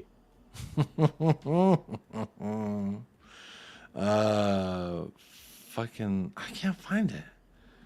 No,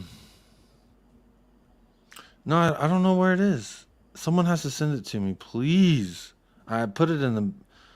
Where is that fucking video? Is it on the desktop? This is the last person I'm going to check. Here it is. Oh, I found it. Wait, is this the right one? Let's find out. This may be the one that I've edited and then I put. Sorry, David. You donated. You've gifted membership, so I'm trying to make sure to respect. Oh, here it is. Here it is. Full screen. Let me see it. Bro, say that again with your chest. I believe my gaffer. He will win this league for me. And what happens if he doesn't? What happens? You see what I mean? He had the fresh trim. He was moving mad. This was weeks ago. God doesn't want you to play it. Hold that, Sod. I just played it. I didn't realize Lego people had interactive mouths like that. Yeah, watch his mouth. Watch how wide. Full screen. Let me see it. Bro, Say that again with your chest. That's very wide-mouthed. It's very just. I didn't want to play the original meat eating clip because there's like a chugga chugga cha. That song, I just replicated it so well. I'm probably gonna get hit with that little copyright again. But it was like YouTube was like, you use someone's music, so we're sending them your ad revenue. Like, you fucking assholes! What the hell's this?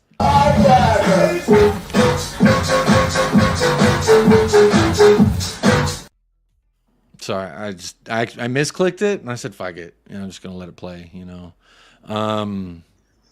Why not? Why not? What were we talking about? Being a fuck. I don't know. I'm wondering how long the stream's going on for, buddy. To be honest. Yeah, I should have ended it already. It's all good. I've got to make sure the kids are actually going to bed and things like that. They will stay up and keep playing. You know what? You know what it's like. I didn't. If you don't get the call, you are gonna just give a mouse a cookie. Well, let's wrap this up. Kuva, I need your man of the match and your BDE of the match. That's the important bit, isn't it? This is the main thing of everything. All right. There is a lot of people that are saying Brennan Johnson, and you know, fair enough if they want to pick out some players and give them special mentions. But for me, the player that made the biggest difference to everything, is always involved in our attacks, center of everything, is still Captain Fantastic. It was Sonny for me. I thought he was quiet first half, but then the team was quiet. Second half, he was just different class. He really is irreplaceable for us at the moment. Not like Saka, he can just pick up anybody and he's good enough. Hold that, Sod. So Sonny with the man of the match, 2 assists and a goal. Hard to really say he did anything wrong. Just a great player. Yeah, I agree. BDE though, that's a tough one. Could give it to Brennan for the improvement in his game. Could give it for a doggy for just being a doggy because, damn. Could go with that. Could go with Romero, who had a little bit of a shaky bit in the first half, but other than that, he was on it. He was looking like leader at the back there, winning everything from that point on.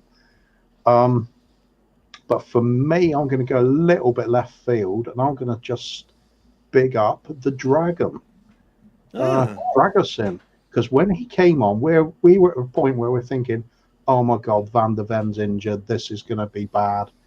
Let's see what Dragosin's got.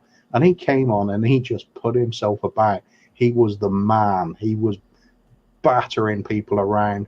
They were bouncing off him. He's physical. He's aggressive. He's fierce. He doesn't look too slow either. And he just slotted straight in. And I just thought, that's a defender. I don't have any worries when we lose one of our first choice two now, knowing that that bloke is there. So for me, that was BDE all over it. There you go. Love that. That's fantastic. You mentioned Romero, so I wanted to. I almost didn't even bring this up. Only 2 players this season have made more than 3 last man tackles in the Premier League this season. A 1, Cuti Romero, and a 2, a Virgil van Dijk. I'm not going to play this whole clip because I know Kuva has to go, but just to show you, just yeah. Good.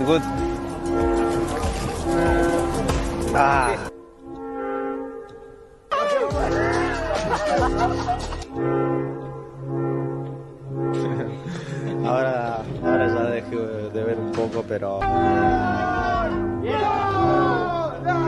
Eric. Morning.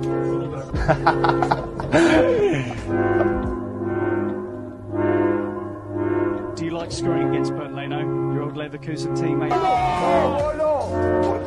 Ma come ha fatto a sbagliare quel gol?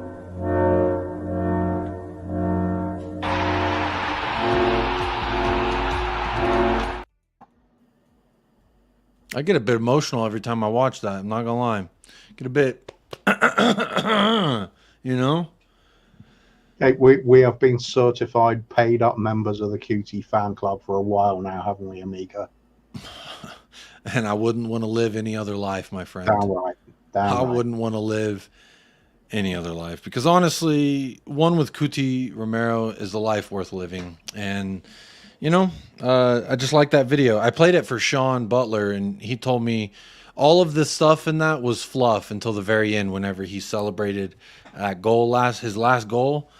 You know, the one that gave him more goals than Gabriel Jesus, the striker. He did this with the crest. And while as much as I wish I was that crest, it made me think of the fact that Harry Kane had never celebrated like that. Pedro Porro has. Cuti Romero has. But Harry Kane has never... I don't remember one. Jim from Just a Girl Who Likes Spurs, he celebrates like that. He just has to talk about the team, and he celebrates like that. That's what I'm saying. That's because he bleeds Tottenham Hotspur. He does. That's what it's about. That's what it's about at the end of the day. Big up, Jim. Let's go through some of the chats. Man of the match and BDE of the match. Let's see what y'all are saying in the chat. I see Sod says, what the fuck is BDE? You know what the fuck it is. Don't make me repeat it. All right. Ellie with Just a Girl Who Loves Spurs. Queen Ellie of North London says, Sonny gets man of the match. Love that. Man of the match, Sar for Ash P. Big up Ash P in the house. Oh, yeah. I should have given Sar a mention as well. He was great. Yeah, he definitely should get a mention at least. He's not the finished product yet, but at his age, that was a great performance. I saw Danny says it's true. Kane only kissed the badge, I think, once or twice. Bro, but did he try to rip the fucking badge off so he could, No. I got it. We're being too harsh. Kane probably couldn't kiss the badge because he couldn't get it past his chin. He does have a robust chin. It is robust and perhaps a ploughing implement in some places. A snow shovel, perhaps. Maybe fix it to the front of the train. But see, I can say bad things about him now because he's gone. But anyway, sorry, just one moment, please. No worries. Big up Kate with Just a Girl Loves Spurs. Says man of the match, Sonny. BDE to Kulusevski. I like that. That's a great shout.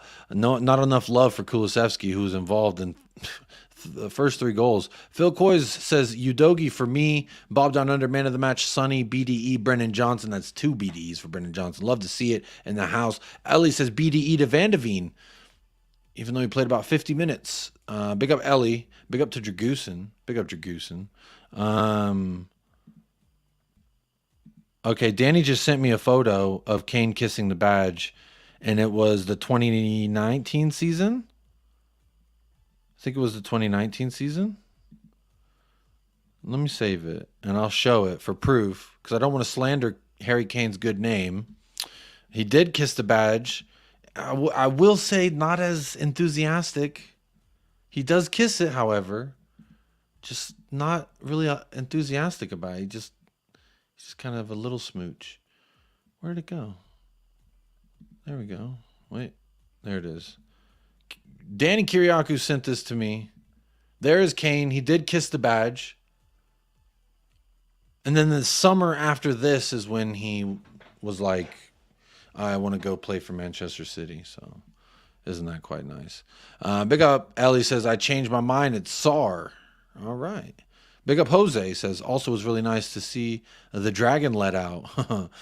Don't know which way you mean, but I know what you mean. Dragushin Dragooski should get it just for his nuts. Oh, good honorable mention here, internet guy, for Radusky Dragooski's nuts, because them things did take a direct hit. There was contact made to the direct area. And speaking of direct contact made, we're making contact directly. We've got him here in the house. Hang on. Paul from the Hotspur Hippie, man. What's going on? Hello. All right. I didn't know you'd still be going. Are you winding up? I heard you talking about man of the match there. Does this mean I've missed the boat, have I? I'll tell you this. If you missed it, we're turning that fucking boat around and we're coming back to pick you up, Paul. All right? First of all, we were doing man of the match and BDE of the match. You want to jump in here? Before Man, I it's get your hard, thought, eh? we're gonna do it, flip it and reverse it, Missy Elliott style, Paul. I'm gonna get your man of the match in BDE, and then we'll talk a little bit about the match. Kuva, hi. If you got to, hey Kuva, if you do have to bounce out, no worries. You've been streaming with me for over 2 hours. I've dealt with it now. Beautiful. So now I can ride until my son wakes up. Isn't that? I mean, nice? I might have to disappear at any second, you know. Well, if that's the case, then go. Yeah, you know. Nothing yet. Well, man of the match, it's hard, eh? Because there's so many candidates. I reckon I'm going to give man of the. You know what? I'm going to give man of the match to Saar, and I'm going to give BDE to Johnson. Johnson could be man of the match, but I just like the way he fronted up and was in the thick of things, and he wasn't getting pushed around like when McGinn did that tackle. He was first in their face. So I'm going to give BDE to Johnson. That's a good shout. We've got, that is now 3 votes for Brennan Johnson to get the BDE award of the match, and I like that as well. I did want to give honorable mention, Kuva, you weren't here while I was doing it. We're giving honorable mention for Dragusin's nuts and his pecker. Unfortunately, all three targets were hit, and it seems like Matty Cash, no matter what he does, whether he's trying to or not, he's hurting our players. All he was doing was crossing a ball, and it happened to just go right into the Dragon's nutsack. And I think that he should at least get some kind of honorable mention. It was attracted by that BDE energy, wasn't it?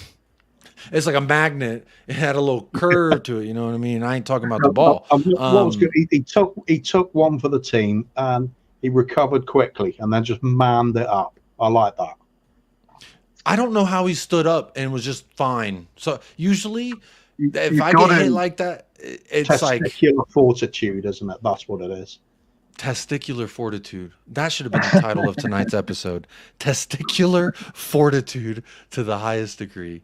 I like that little rip to his future children. To be fair, I have been nut checked so many times in high school. It was a thing when I was growing up where friends were like, if you're not looking, they just nut check, bam, and just smack you right in the nuts. And honestly, I was worried about my children as well. But it does work still. I have a second child on the way due in April, so it does work. Has anybody made any Dragusin Ball Z jokes yet? Oh, you fucking, Paul. I just saw that right now, dude. You're killing it. You have to do something with that. That is I mean, Dragon, and plus it's also relevant because the creator of Dragon Ball Z, he just recently passed away. R.I.P. Toriyama. You know, a goat of my generation. He created a lot of things that I've watched. But look, what were we talking about? Dragon's nuts, Dragon Ball Z. Baby. He got the whack, and then he took on his ultimate form after that. Hey, clean sheet for Dragusin. He was part of it. So, and Paul, there was a tweet that I mentioned to Kuva that made me think about it. Was like, just imagine if this was 6 months ago. We're subbing on Eric Dyer. What a change, eh? What a change. When Van der Ven went down, it was like, okay, I hope he's not too serious, but we've got a good player coming on, not Davison Sanchez or one of that lot. So that was cool. And just earlier this season, we'd have Emerson Royale, Ben Davis, or even Højbjerg having to play at centre back when we got players sent off. Anyone but Dyer. Anyone but Dyer. I did tweet something like, I used to pray for times like this because someone tweeted a picture of Van de Ven and Dragusin standing there, and it says, sorry, Scott. You like Scott's? So I almost skipped it, and I wanted to make sure that I don't, because I love Scott. He's a big sponsor of the show. But someone tweeted, to think we went from Eric Dyer and Clement Longley to this, and it's Van de Ven and Dragusin, and it's just like, man, I used to pray for times like this. What are we doing? And we've got Kuti, World Cup winning Kuti. Talk to me fucking nicely. Scott M says, man of the match, son, BDE Villa's European game on Thursday. which was a 0-0 boring fucking loser fest. So let's be fair. That certainly did have an effect on Villa. But what annoys me is all of those seasons where we have midweek European games, and a lot of our fans saying, "Oh, it's no excuse." No excuse. Yeah, but No it suddenly is an excuse when it's the opposition day. Yeah, and I think Scott would be one of those people that did say that to us as well, that it's no excuse. Maybe I'm making that up, Scott. I apologize. But no, Kate, I agree with you. I don't know how Kulu was getting so much hate on the Terrace. You did say it, Scott. You know it. Shots fired. Speaking of stuff said, someone texted me and said you have to play your last diss of Matty Cash on the watch along. So maybe I need to do that. Is the channel is the video demonetized already? It might be. If not, it's going to be when I do this. So this is oh, there was a where was it? Kane. Hang on. So real quick, before I get into any of that, so they're saying this photo was him wiping his nose. This isn't him kissing the badge. Because that's right. Yeah, that's right. That doesn't look like a kiss. Because Paul, I did this thing where I was, I was thinking about Pedro Porro and Romero when they score goals and some of the celebrations, the fully coy celebrations that they've done. I just played the video. I wish I saved the ending of it, but obviously Romero, doing, did all that, made me real jealous of the shirt. And I was thinking, has anyone, who's a legend of late that may have celebrated in this manner? And I couldn't remember. All Harry Kane did was kiss his wedding ring. Robbie King's the last one I can think of that really kissed the badge a lot when he scored. Lucas Moura, I know he's not a legend, but he would kiss the fuck out of the badge too, and that was one of the redeeming qualities. Like, he actually loves his club. Apparently, he's wiping his nose. Danny, what are you saying? See, more of a peck. He's wiping his nose. Faz Radfar says Kane's blowing his nose. That might be what's going on. We might have got it all wrong here. Whoa, Bob. Apologies, but it looks like you've super chatted twice. The same thing, my friend. I think hopefully you don't get charged twice. I really hope you don't for this, but it says Jacob and two of his good mates talking to me nicely. So nice, he had to say it twice. Jacob and two of his mates talking to me nicely. Big up Bob Down Under, always talking to you nicely. And again, no offense was meant when I said that all of the Australians are basically criminals. That's what he basically said. Yeah, I kind of said that. More or less in like a more elegant term. But you know what? Since Bob has double super chatted and he was there for the watch along, maybe that's why he did it. He says, go ahead and let this episode be demonetized, Jacob, because we need to see your reaction. So this is my reaction to... Oh, no, wait, Jacob, just better clear it up, hadn't I? Not only did you say all of the Australians were criminals, but also that they were mentally ill. Yeah, I said I said England sent all their crazy criminals or something like that to Australia back in the day. Well, it was only like the crap criminals, the ones that stole loaves of bread and things like that.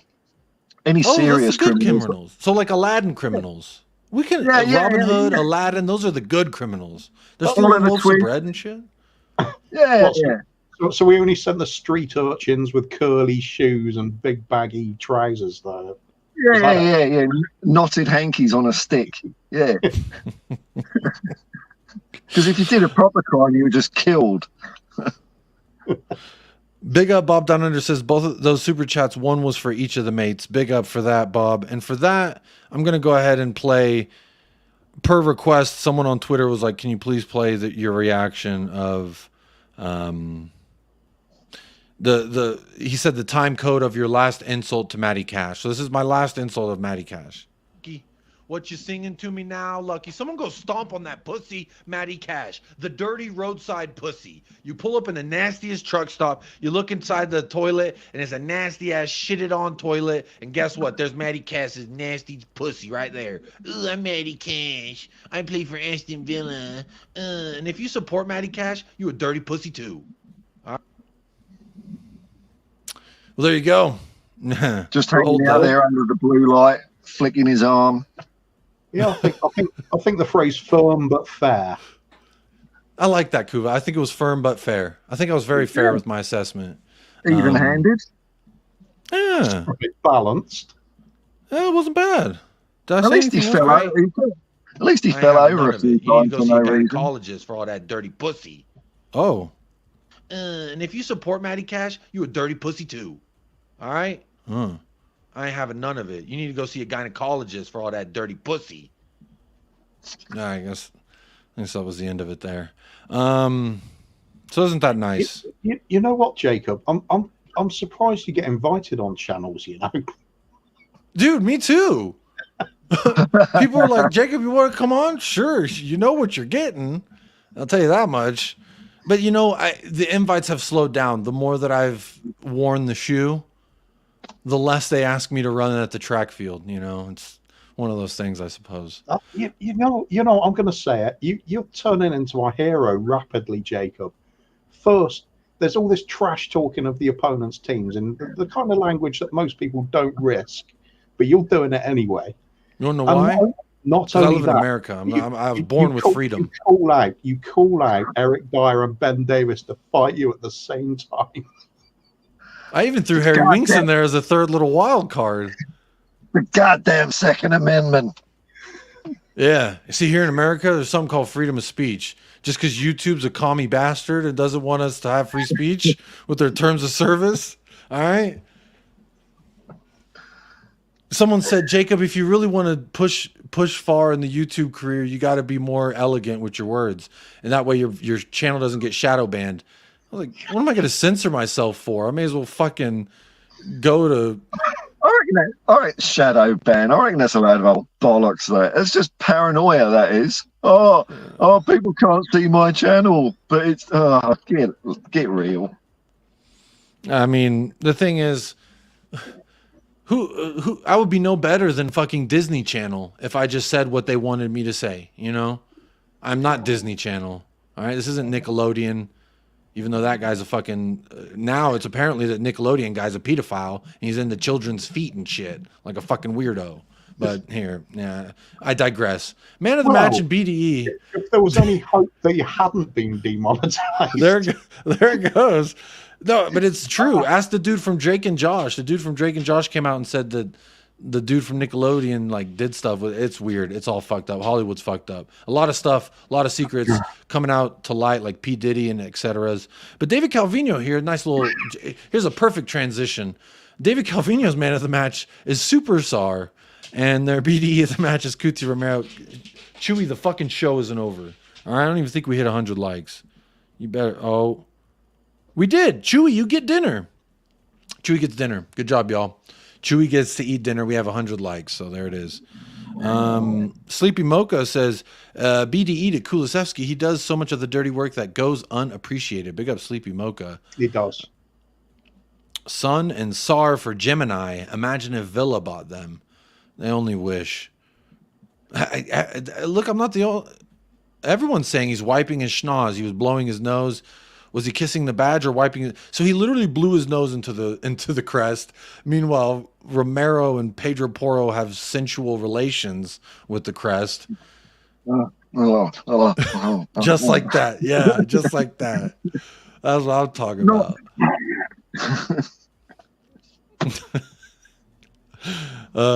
Big up Davo. I agree. It's always good to have so many suggestions for man of the match. That's always good. Yeah, I agree. The Dragon definitely took one for the team, or was it two? He took it in all three areas. Timmy says, sup, lads. Come on, you Spurs. Fuck Cash and McGinn. Great performance yesterday. Let's go drop another 3 or 4 at Fulham and go into the break on fully immaculate vibes. I love that, Timmy. That's it. So, copy and paste that. That's the title of your next show. This whole title? I think it has to be 100. It has to be 100 characters or less. Force it. I don't. You know what? Fuck YouTube. You're right. This is America. Like I was saying. Right. Smash that in there. Just abbreviate everything. God dang it. What was I going to do? There was a perfect little moment that oh, that's right. I could just see you in a year's time. It'd be, well, United Spurs of America, the only street Spurs channel on 4chan. Freedom, brother. No. Wait. There's what's it called? Was it Rumble or something? Rumble. Yeah. Yeah. Yeah, Rumble's one, and then also Kick. You might catch me on Kick as well. I think that's a new one for the kids as to be fair, because I'm also all about fuck YouTube and that censorship. So I generally do watch stuff on Rumble instead. Oh, maybe I'll have to dabble into the. I'll have to check out Rumble. I for one enjoy the benevolent overlordship of YouTube.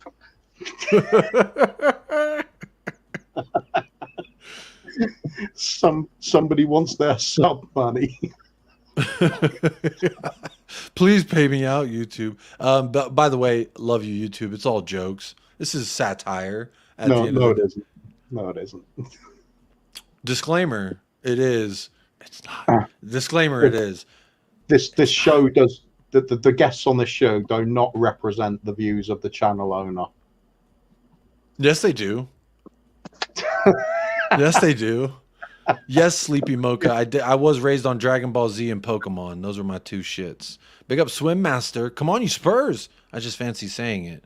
Always great to see that. Are we going to start the segment on how to pick up chicks in bars now? Do a bit of PUA, pick up artist stuff, because I know you're into that. Yeah, that's right. What did they say? You got to go tell her. What is it? You hit her with a diss and then a compliment. With a neg, man. Put them down a notch or two. Makes you look bigger. And then you put them down and then you build them up so you can walk on mountains. Isn't that what the song's about? Oh God! Big up Ash P says Jacob is a cult hero. We're here for the non-censored version. That's what I'm saying. What else did I say? Best left back in the league. Destiny Udogi, talk to me fucking nicely. Like, why did I have to drop that F-bomb? I was very aggressive. These match days. Bro, Lucky, what you singing me, bro? There's a dude in the chat. His name is Lucky Singh, S-I-N-G-H. And he was just like, Aston Villa should be winning, blah, blah, blah. I was like, oh, what's up, Lucky Singh? You gonna sing me a song?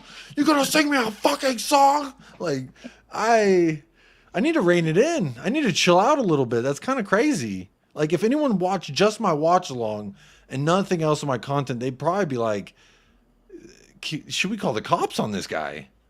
Yeah, I get the yellow dollar within 5 seconds of doing a watch along. It just can't. I can't control it. Did you say you can't control it? Big up Lee Smithy Smith says, big up lads for the super chat. I started off the show by saying, because Staffy, one of my good friends, we will be doing American Waffle later tonight. He said, you need to stop saying the F-bomb so much. You're going to get shadow banned.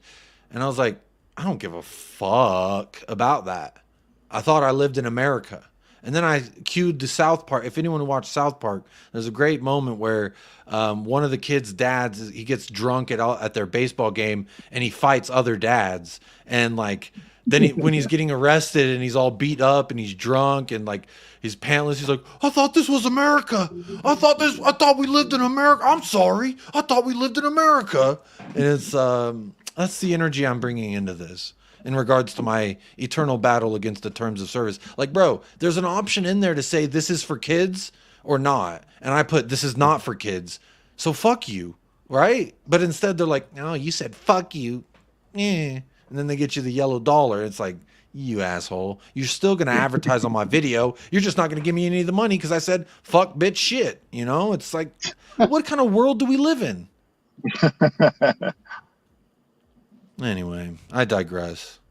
I digress. Big up Scott Christie. Big up you guys. Love the game this week. We'll watch the rest of the stream later. Work calls my name. You may not even want to do that.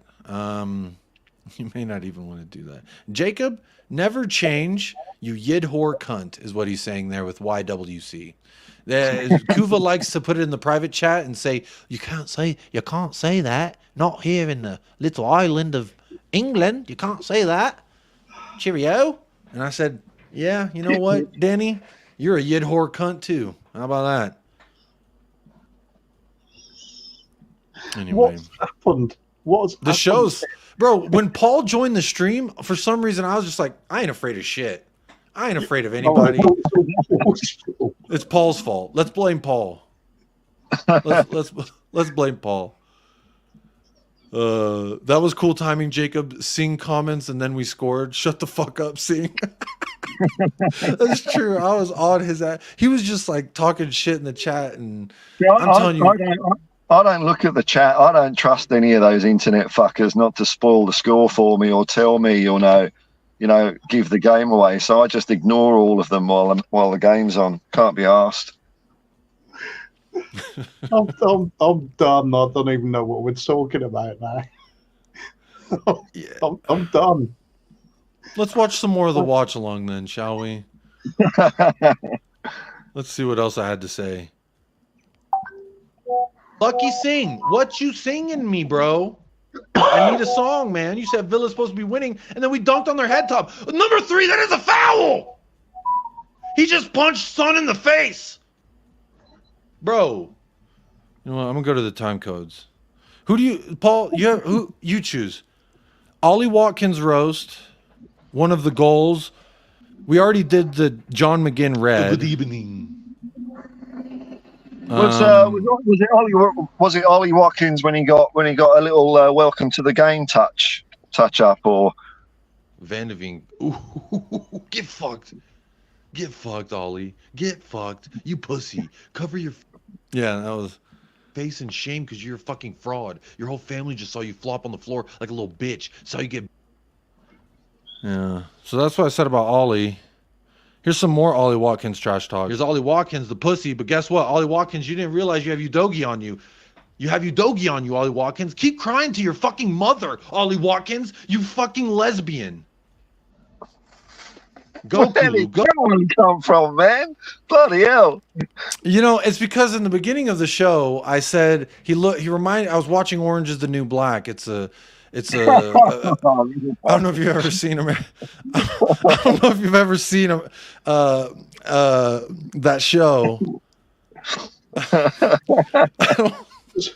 There's only one word left now, and I'm going to shout bingo.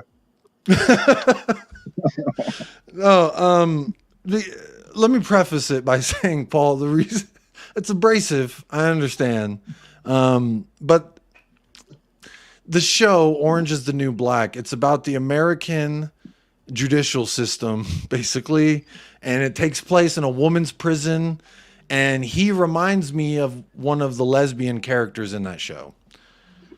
So yeah, Chewy just left. He said I can't be on the same screen as this vile Chewy doesn't want to get cancelled. He's got pride. Yeah, he doesn't want to get cancelled. That's for sure. So he reminds you of one of the female prisoners. What? Andy's a cunt. Yeah, I'm gonna have to pull it up because out of context, I could see why that sounds pretty awful. Out of context, but I think when you apply the context, it might be a little bit better. It might be a little bit better. Often when people say, I'll give you the full context, they're just getting that shovel and digging out, a couple of extra feet to jump into. Oh, dear.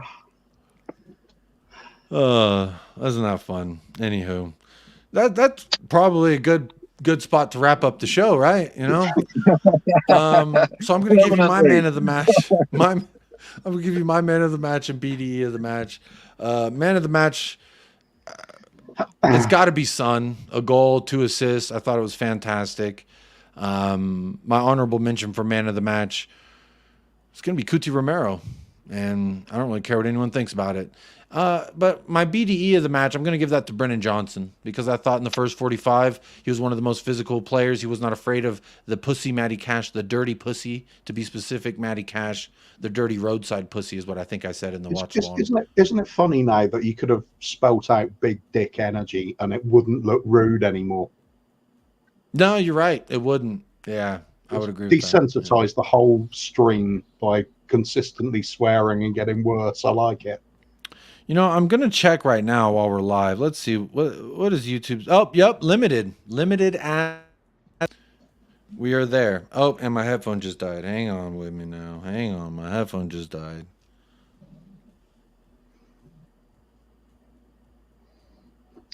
So convenient, all this Can you hear me? Technology. I hear you now. Yeah. Swim Master, man of the match, SAR, Faz Radfar, appreciate you. Because I basically said fuck the ads today, fuck the ads yesterday, shit, fuck them tomorrow too.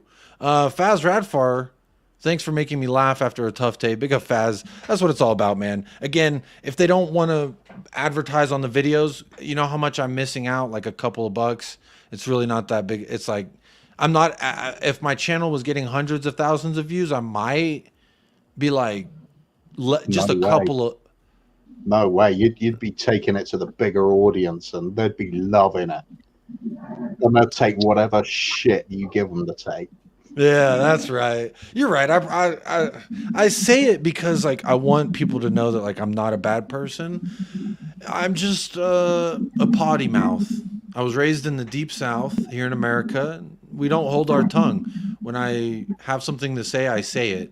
And on watch-alongs, I'm really not filtered at all. So if anyone was offended by my watch-along, I apologize. And if anyone, you know, I wish I had a Conor McGregor clip. There's a really great Conor McGregor clip I would play right about now. And you know what? I'm going to find it on YouTube because I just, I don't think I can say it better than he could. Here we go. You know what? I might, you know, they have a bunch of branding on this. I might actually get copyrighted for it. Every single one of you. Look what's next for me, Joe. I'm gonna get that second bell with a. That's not the quote. That's not the quote. You know what? I fucked it up. The moment's gone. The moment's gone. But big up Faz Radfar. I do appreciate it. I do apologize, David Calvino. Says, is that what YWC means? Oh dear, my apologies. Nobody swears in my family. Not that I object. I'm sure I saw Kuva blush. I apologize. I apologize. This has been an in-joke between Danny Kiriako and I. And Cody Mack as well. He was the originator of this, I believe. And it's been an in-joke between us for a year and a half, something like that now. And nobody said it out on stream before, but big up Jacob. You're a leader. You're a leader. We're not worthy. Captain Freedom.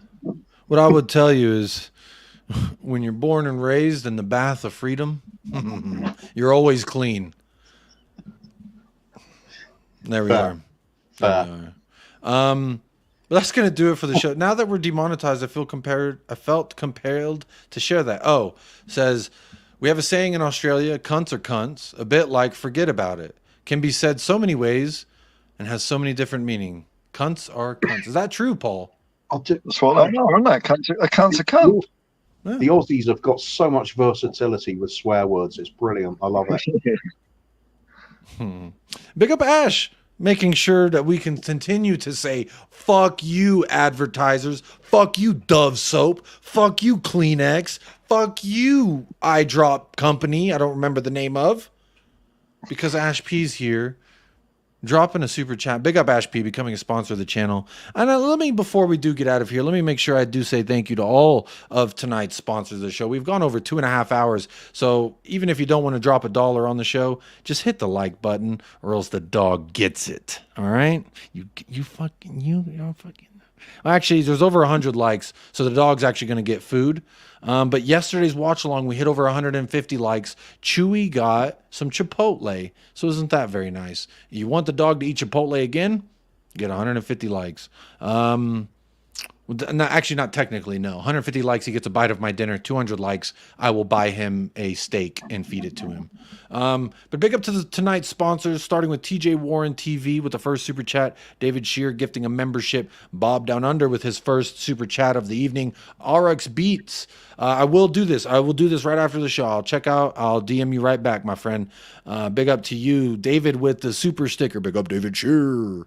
Dave O with the super chat. Chris Peters with the Membo chat for 6 months. But that's not all from Chris Peters from the 10-inch club. No. He gifted 5 memberships, and then he super chatted a 20-pounder. What a guy. What a lad. Here's some hearts for Chris Peters. I appreciate your lovely message as well. David Shear gifting 5 memberships. David Shears, he's always sponsoring the show. He's here. He's always talking to me nicely. And you know what? He actually got timed out yesterday on This Is Football because he was talking shit to all the panelists. And honestly, I like the tenacity, David. Keep it up. Bob Down Under with a double super chat. Lee Smithy Smith with a super chat. Big up Lee Smithy Smith, my friend. Faz Radfar with a super chat. I appreciate you. And Ash P, our final sponsor of tonight's episode. Big up. Thank you so much for the super chat. It just says True Entertainment. They say art develops in many different forms. And on watch-alongs, art is a violent, abrasive, and likely offensive human. And the day after is a talk to me nicely, or I don't really care. But there we are. That's been a fantastic show. Kuva, do you have any final thoughts before we get on out of here? It won't let me send the message I want to. Oh, yeah, sometimes it'll censor you. Censored it. I'm wrapping up. Again. Hi, baby. I won't say it either now. You should say it. Just say it. No, I can't. I'm going to save it for next time it works and you're having one of these streams. Next watch along, I'll save it for them. Okay. All right, yeah. That'll work. Hey, well, Paul, you got any final thoughts? You can say whatever you want. Don't be censored either.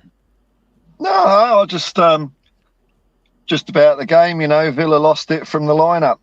Unai Emery blinked, he changed the way they played, and that's what happens. And at Tottenham, we ain't doing that. We're going to keep going the way we're going, and I'm loving it. And fuck you, cunts. Yeah, fuck you, cunts. Yeah, that's the shit I'm on. Big up Daniela Zito. Big up. How you doing? Good to see you. Big up Kate says, great show. Thanks, Jacob, Kuva Bear, and Hotspur Hippie. USA needs to bring cunt into normal everyday lingo. Beyond time. I agree. There was a great comedian that said, it's really weird in America, you say cunt and everyone's like, oh. But you can say motherfucker and no one bats an eye, which is literally a boy fucking his mom in the cunt. So it's like, that's not offensive, but the word, it's America's funny like that. But we're not here to get into semantics. We're going to end the show. There it is. Probably the most vulgar show that's not a watch along that we've done, at least in my most recent memory. But pick up to everyone who sponsored the show to make sure that I stay unfiltered. I appreciate that. And until next time, folks, if you haven't liked and subscribed already, then you're no better than Matty Cash. And we all know what I said about Matty Cash. All right. So did you count how many super chats we had tonight? I cunted about 16.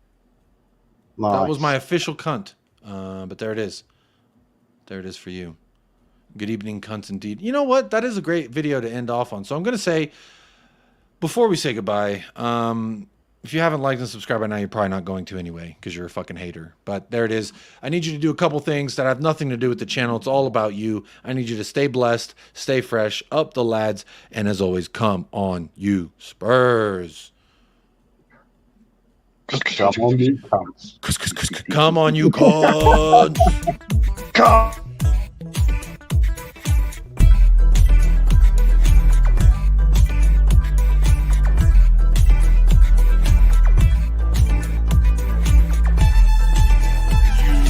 United Spurs of America, with your hosts, Michael and Jacob.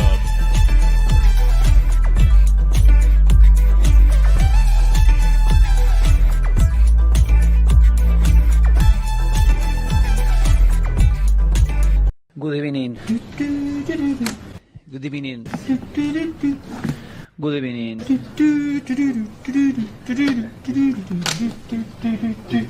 Good